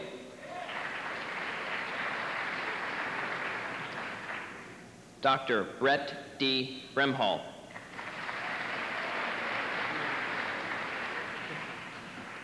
Dr. John Scott Brooks. Dr. Jeffrey Silvio Bowie.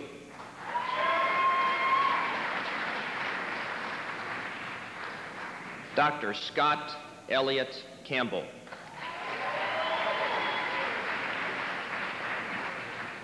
Dr. Francis Raymond Rivero Carandang.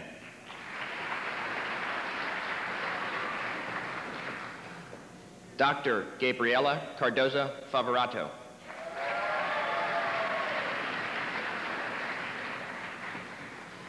Dr. Teresa Lynn Castro.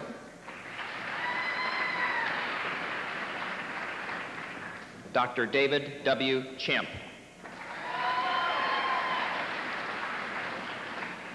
Dr. Mickey Song Ku Cho.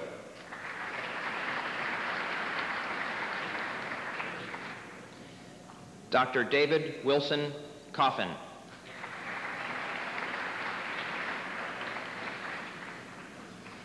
Dr. George S. Conley.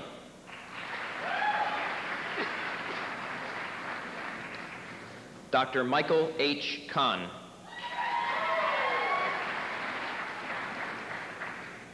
Dr. Patrick Bill Cooper.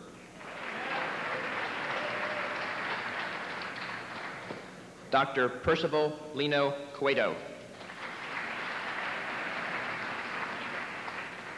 Dr. Heather McGinnis Currier.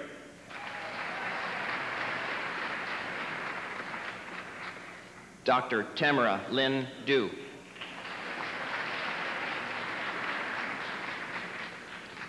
Dr. Anthony Michael Dunnigan.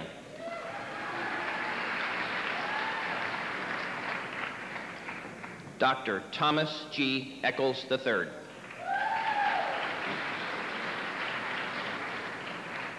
Dr. Jameson W. Elder. Dr. Frank Scott Elliott. Dr. James William Elliott.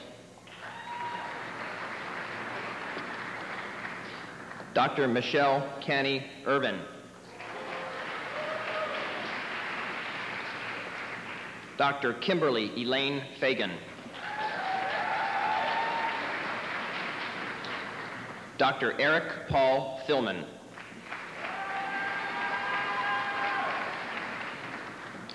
Dr. Andy Foster.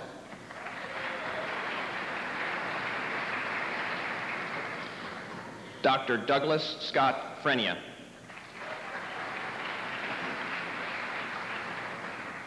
Dr. Kelly David Gage.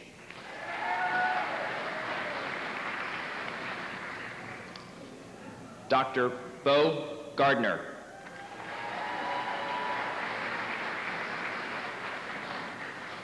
Dr. Jonathan M. Gibbons.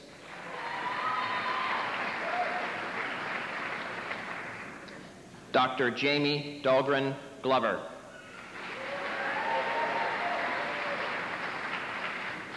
Dr. David D.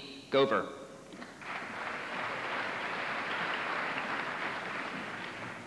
Dr. Barry James Greer.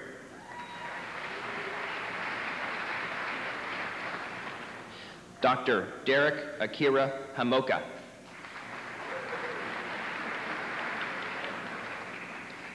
Dr. Matthew Paul Hansen.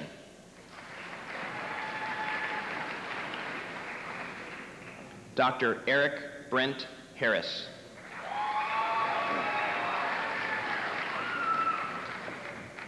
Dr. Jill Colleen Hasling.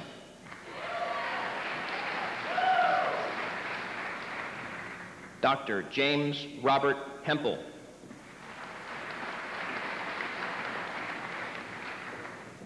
Dr. Kimberly W. Hickey.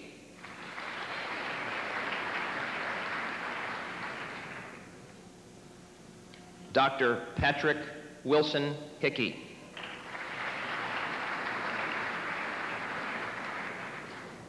Dr. James M. Hiles.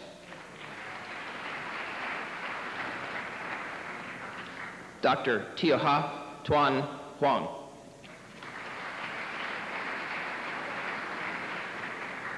Dr. Tuan Quoc Huang.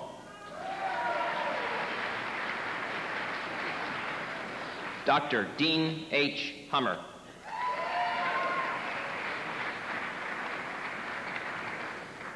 Dr. Christopher Lawrence Hudson.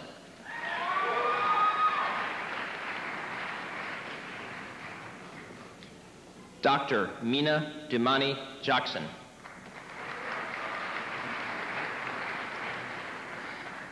Dr. Matthew Ritchie Jesuar.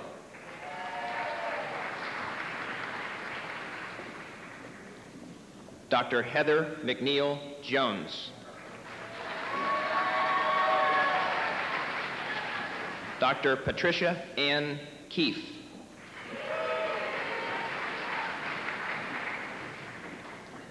Dr. Jeffrey Scott Keenan.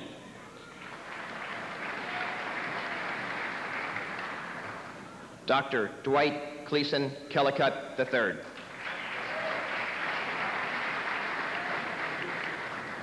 Dr. Glenn Jameson Kerr. Dr. Tony S. Kim.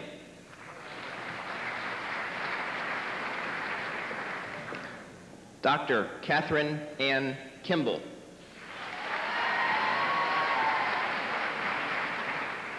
Dr. Mark Wayne Kalasa.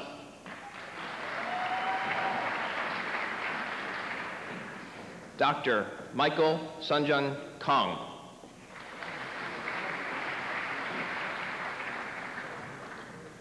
Dr. Gregory Daniel Koster.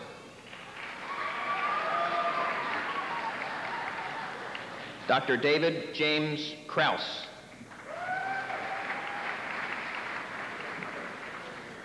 Dr. Kenneth David Kuhn.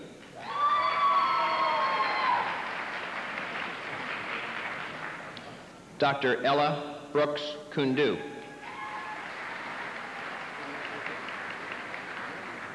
Dr. Nirvana Kundu.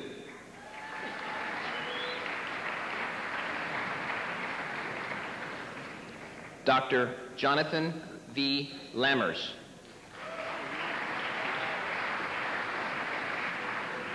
Dr. Paulette Denise Lassiter.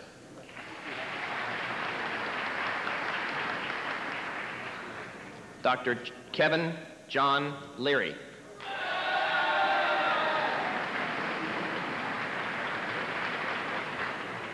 Dr. Mike H. Lee.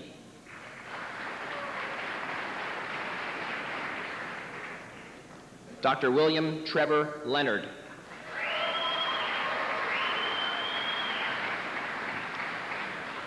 Dr. Derek Ryan Linklater.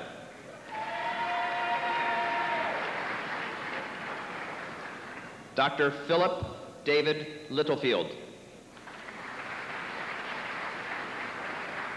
Dr. Richard Chang-Ang Liu.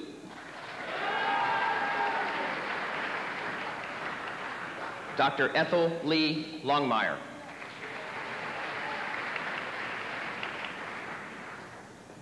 Dr. Elizabeth Marie Coleman Loray.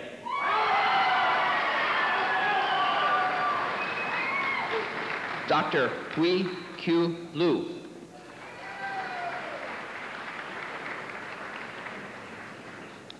Dr. Nam Tan Lee.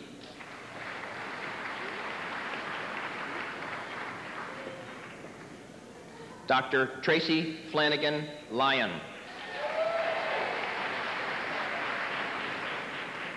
Dr. Robert Leon Mabry.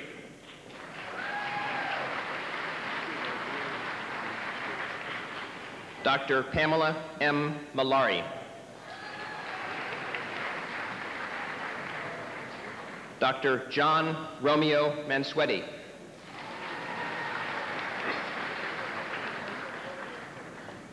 Dr. Shirsti Ann Marius.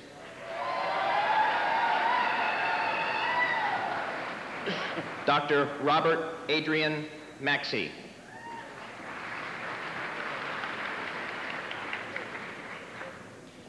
Dr. Lisa Michelle Maxwell. Dr. John Daniel MacArthur.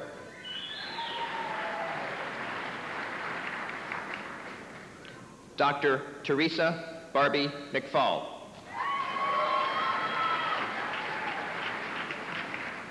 Dr. Patricia Ann McKay.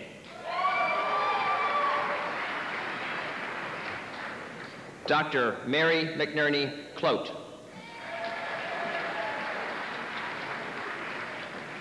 Dr. Robert Meadows.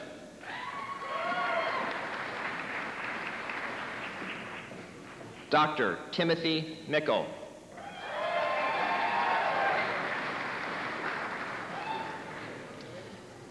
Dr. Cecilia Padlin Makita.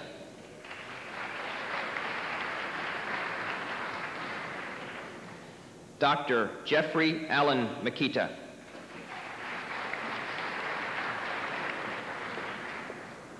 Dr. Kristen Lynn Gao Montalvo.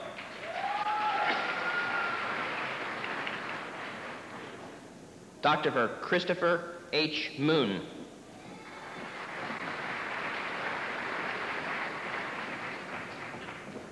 Dr. Ronaldo Morales, Jr.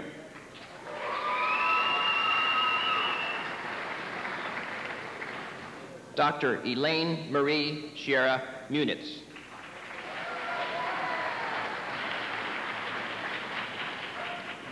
Dr. John William Nelson.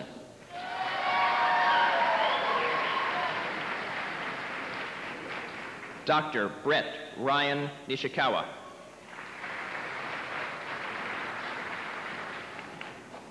Dr. David Kakichi Kawahau Nita.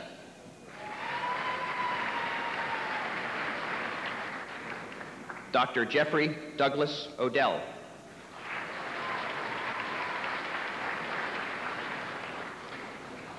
Dr. Kevin Michael O'Mara.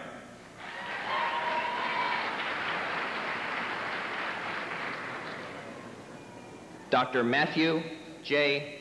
Olness.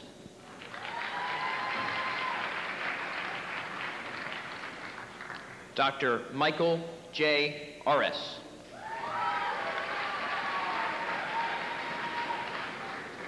Dr. Sarah Michelle Page.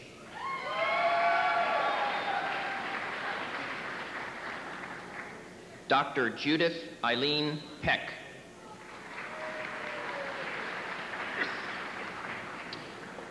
Dr. Alyssa Claire Peroy.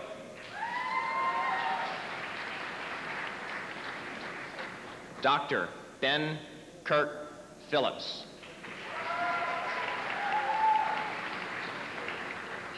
Dr. Brian James Picard.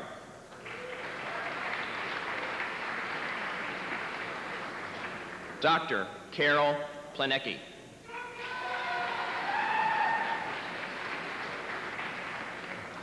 Dr. Gerard L. Poirier.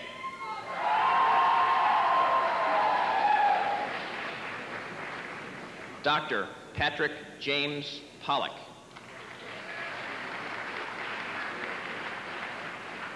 Dr. Brian David Robertson.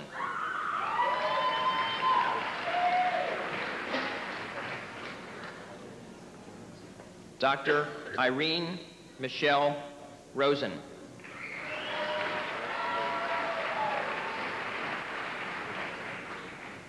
Dr. Howard A. Rumjan.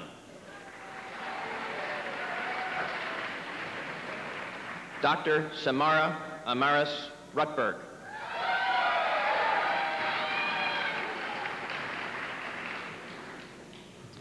Dr. Ruben Salinas, Jr.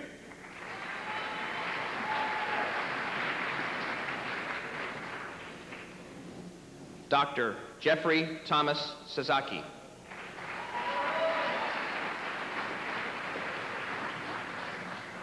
Dr. Catherine Ingram Scheckschneider.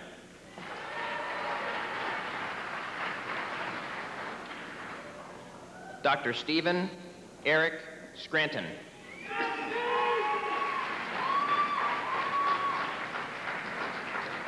Dr. Andrew Jackson Sellers.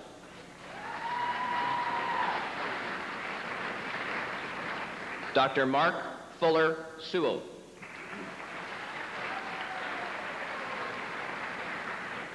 Dr. Stuart Hunter Shippey III.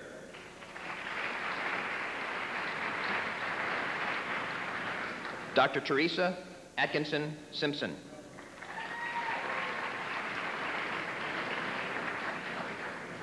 Dr. John Anthony Schmersky III.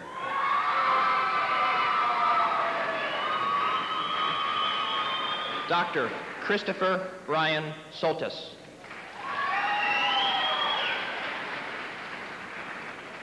Dr. Christine Elizabeth Stahl.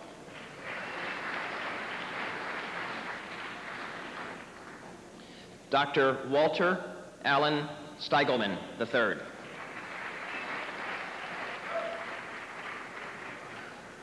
Dr. Christopher Douglas Streeter.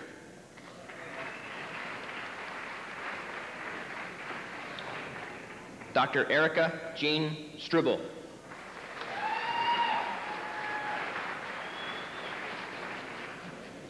Dr. Gregory Brett Schweitzer.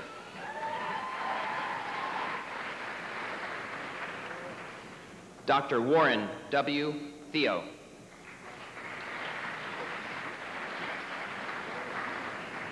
Dr. Patrick J. Thompson.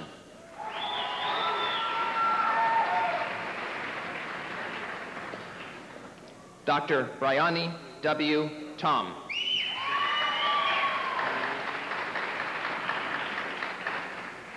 Dr. Jeffrey Michael Tomlin.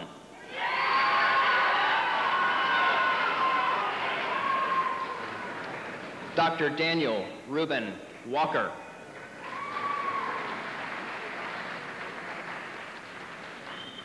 Dr. Robert Norman Walter.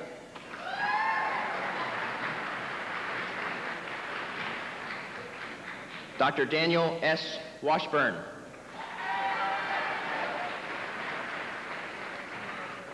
Dr. Kedrick Edward Webster.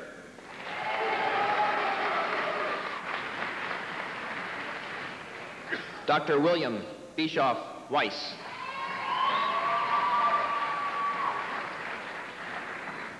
Dr. John Leslie Westhoff II.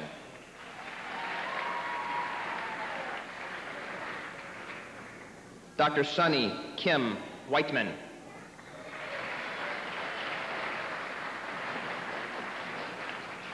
Dr. Maureen Noel Williams.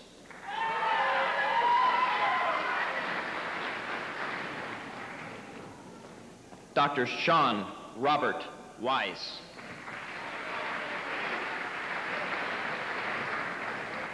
Dr. Gregory John Whitey.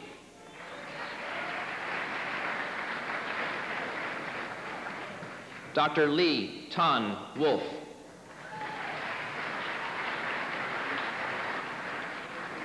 Dr. Jason Dutming Wong.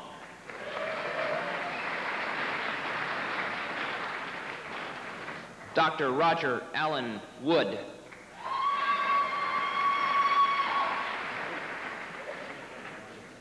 Dr. John Davis York.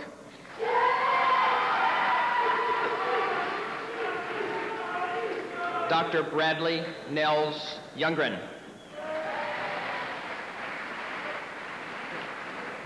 Dr. Omayo H. Youssef.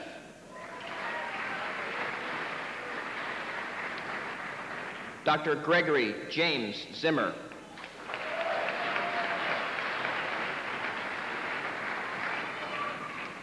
Dr. Sarah Bell Zimmer.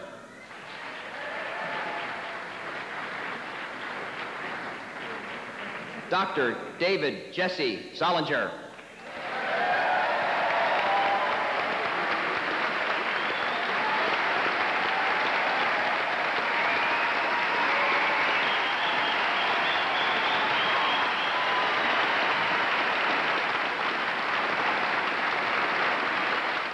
As the last medical degree recipient crossed the stage, the University School of Medicine has graduated 2,791 medical officers to join the ranks of the United States Army, Navy, Air Force, and United States Public Health Service medical departments. Additionally, the School of Medicine has conferred 563 basic science degrees, including 50 Master of Science, 300 Master of Public Health, 24 Masters of Tropical Medicine and Hygiene, 2 Masters of Military Medical History, and 187 Doctors of Philosophy. The Graduate School of Nursing has conferred 96 Masters of Science in Nursing degrees.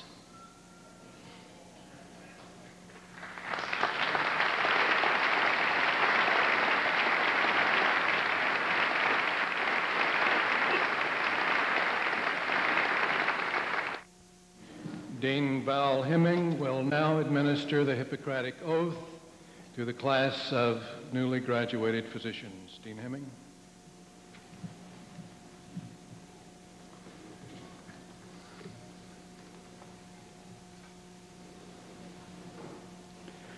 Will the members of the class please stand?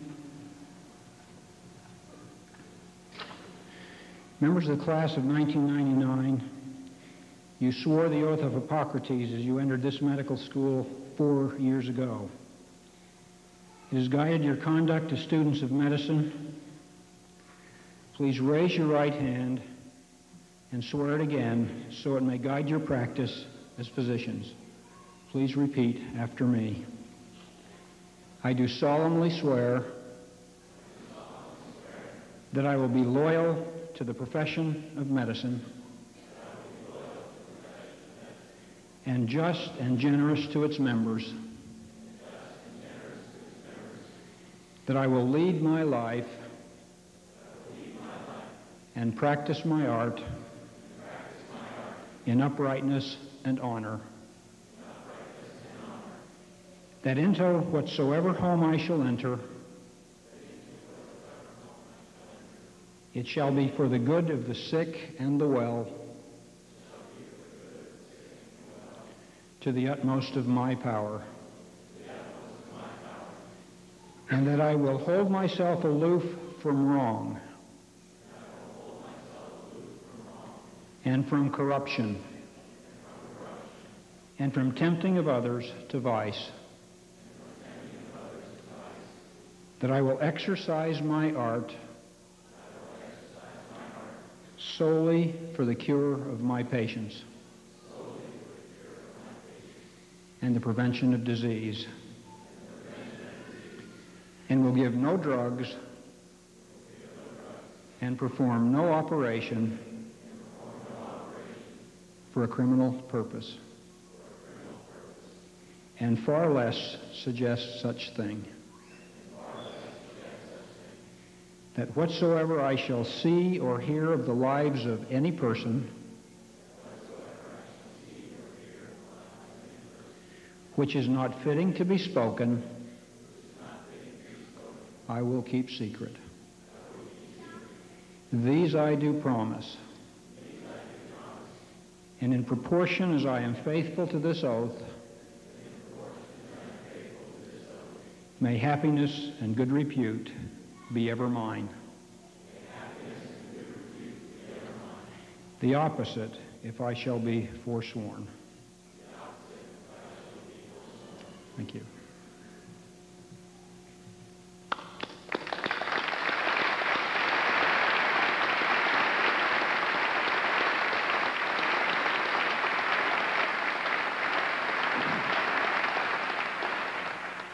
Please be seated.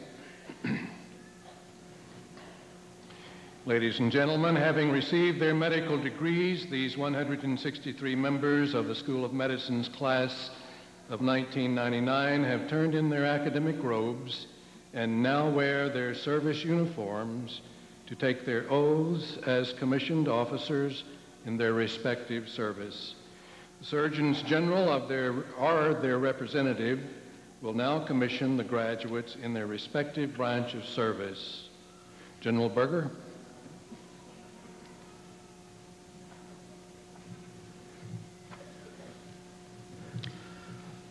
I'm honored to represent General Blank and the Army Medical Department, and on behalf of all of us in the Army Medical Department, to all our graduates today, you indeed honor us with your accomplishments, you honor us with your commitment, you honor us with your service.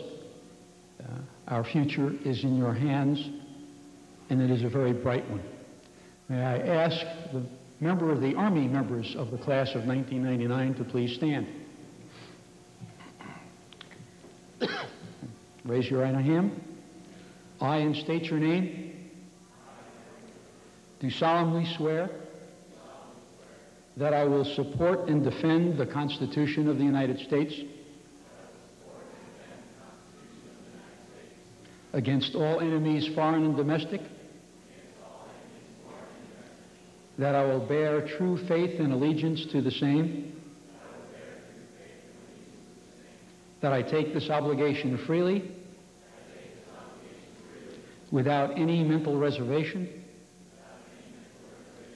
or purpose of evasion, and that I will well and faithfully discharge the duties of the office upon which I am about to enter. So help me God. Congratulations to all of you. Please be seated.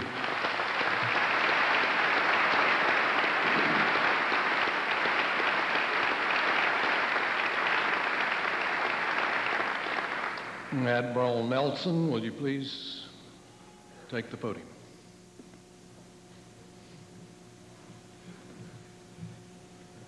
I've got to do something first. Would Dr. Sarabelle Zimmer stand? Now, you all wonder why I asked Dr. Zimmer to stand. Dr. Zimmer, I didn't know who you were 3 days ago, and yesterday you became a Navy ensign. She probably has set the world's record for the shortest time as a Navy ensign. Congratulations.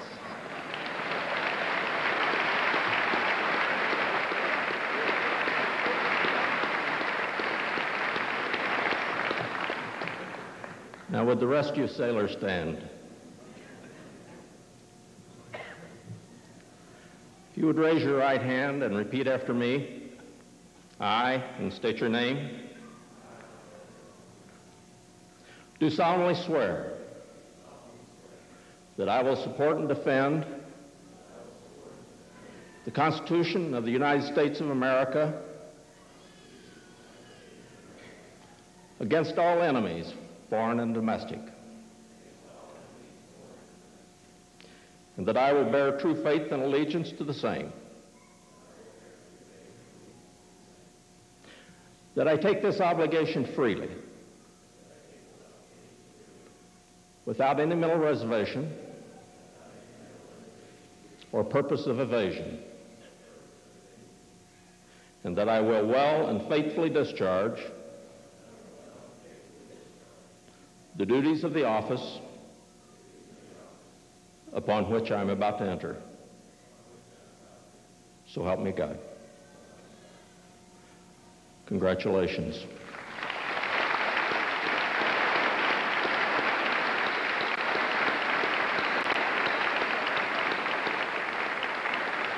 You may be seated. I've got to follow the script.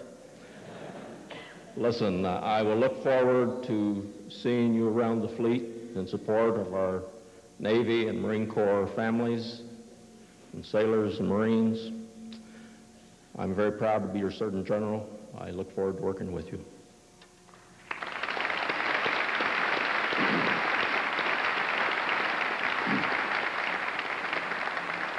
General Randolph for the Air Force. Well, I am very, very proud to stand here and do this with you. It's a really beautiful sight to see the mixture of the uniforms and realizing that in point of fact, that's really how we go to work every day, and all you need to do is talk to your friends from Kosovo today or Desert Shield Storm or Somalia, and they'll tell you that. So I will say that this is a particularly neat experience for me. Now, the old dogs over here, we were all kind of sitting here and going, man, can you remember when we did that? So we thank you for returning us to those days with your excitement and your enthusiasm. It is absolutely delightful to see that. If you take my analogy of marriage, this next step, you can see that you're taking two oaths, and both of them start with the identical words, I do solemnly swear. I would encourage you to never forsake either. Will the Air Force graduates please rise? Raise your right hands and repeat after me. I, and state your name, do solemnly swear that I will support and defend the Constitution of the United States against all enemies, foreign and domestic, that I will bear true faith and allegiance to the same, that I take this obligation freely, without any mental reservation or purpose of evasion, and that I will well and faithfully discharge the duties of the office upon which I'm about to enter. So help me God. Congratulations, and you may be seated.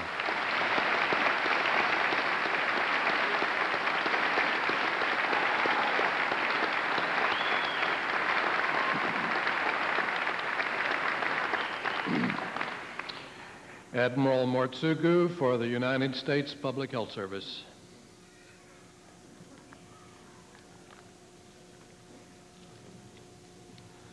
On behalf of Admiral David Satcher, the Surgeon General, I also would like to extend my congratulations to all of the graduates from all of our services. Looking out at the audience here and our new graduates, I think it simply underscores the fact that we are in a new world where we need to be working together, and that the Uniformed Services University helps foster that concept of working together. Learning and training together as four services will help us in the future as we need to work together as 4 services jointly, now and in the future.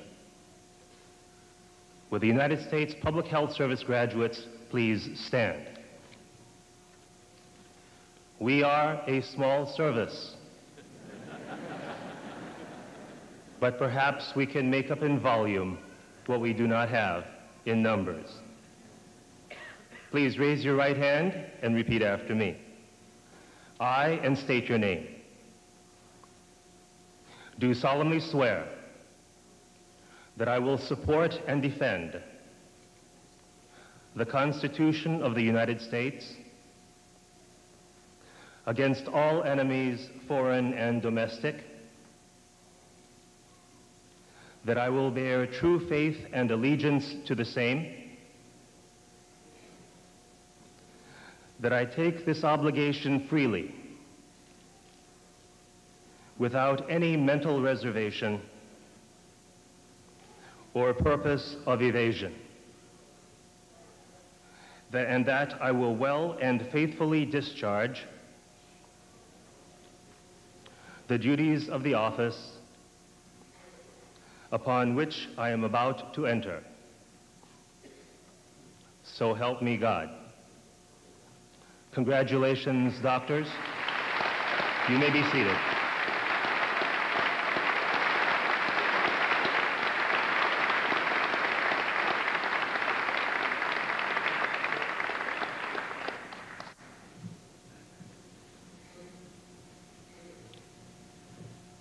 Ladies and gentlemen, please rise for the benediction and remain standing for the alma mater.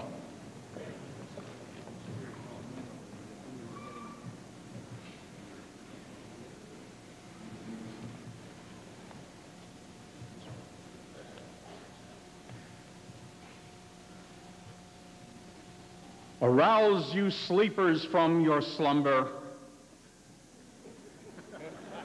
This graduation ceremony is about concluded. But my very dearest class, honored guests, most honored families, the work is still before us. Disease, despair, sickness, all obtained in this world, yet we are not at that perfection that God seeks. And so it is that we ask his blessing, his protection, as we go forward, to set our hands to complete that process as best we can and in good faith. Eternal Father, strong to save, bless our graduates, these newly promoted officers, with skillful hands and compassionate hearts. Fortify them with health and zeal for their profession. May your will work through each and every one in his and her own very unique way to bring a complete healing to the afflicted in every respect, even, O God, your healing from heaven on high. Upon our families and upon our university's faculty and staff, indeed, upon all of us, dear Lord, grant vision and strength to build on the achievements spoken of today. May we all merit to enjoy the fruit of our labors, dear God, in abundant peace. Now as we go forth, we pray your choicest of blessings, that of peace, upon us all. In your holy, awe-inspiring and empowering name, we do pray. Amen.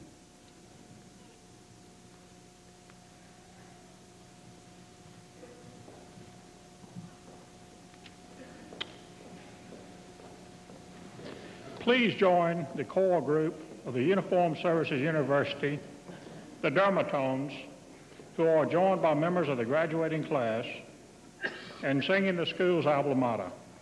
The lyrics can be found on page 9 of your program.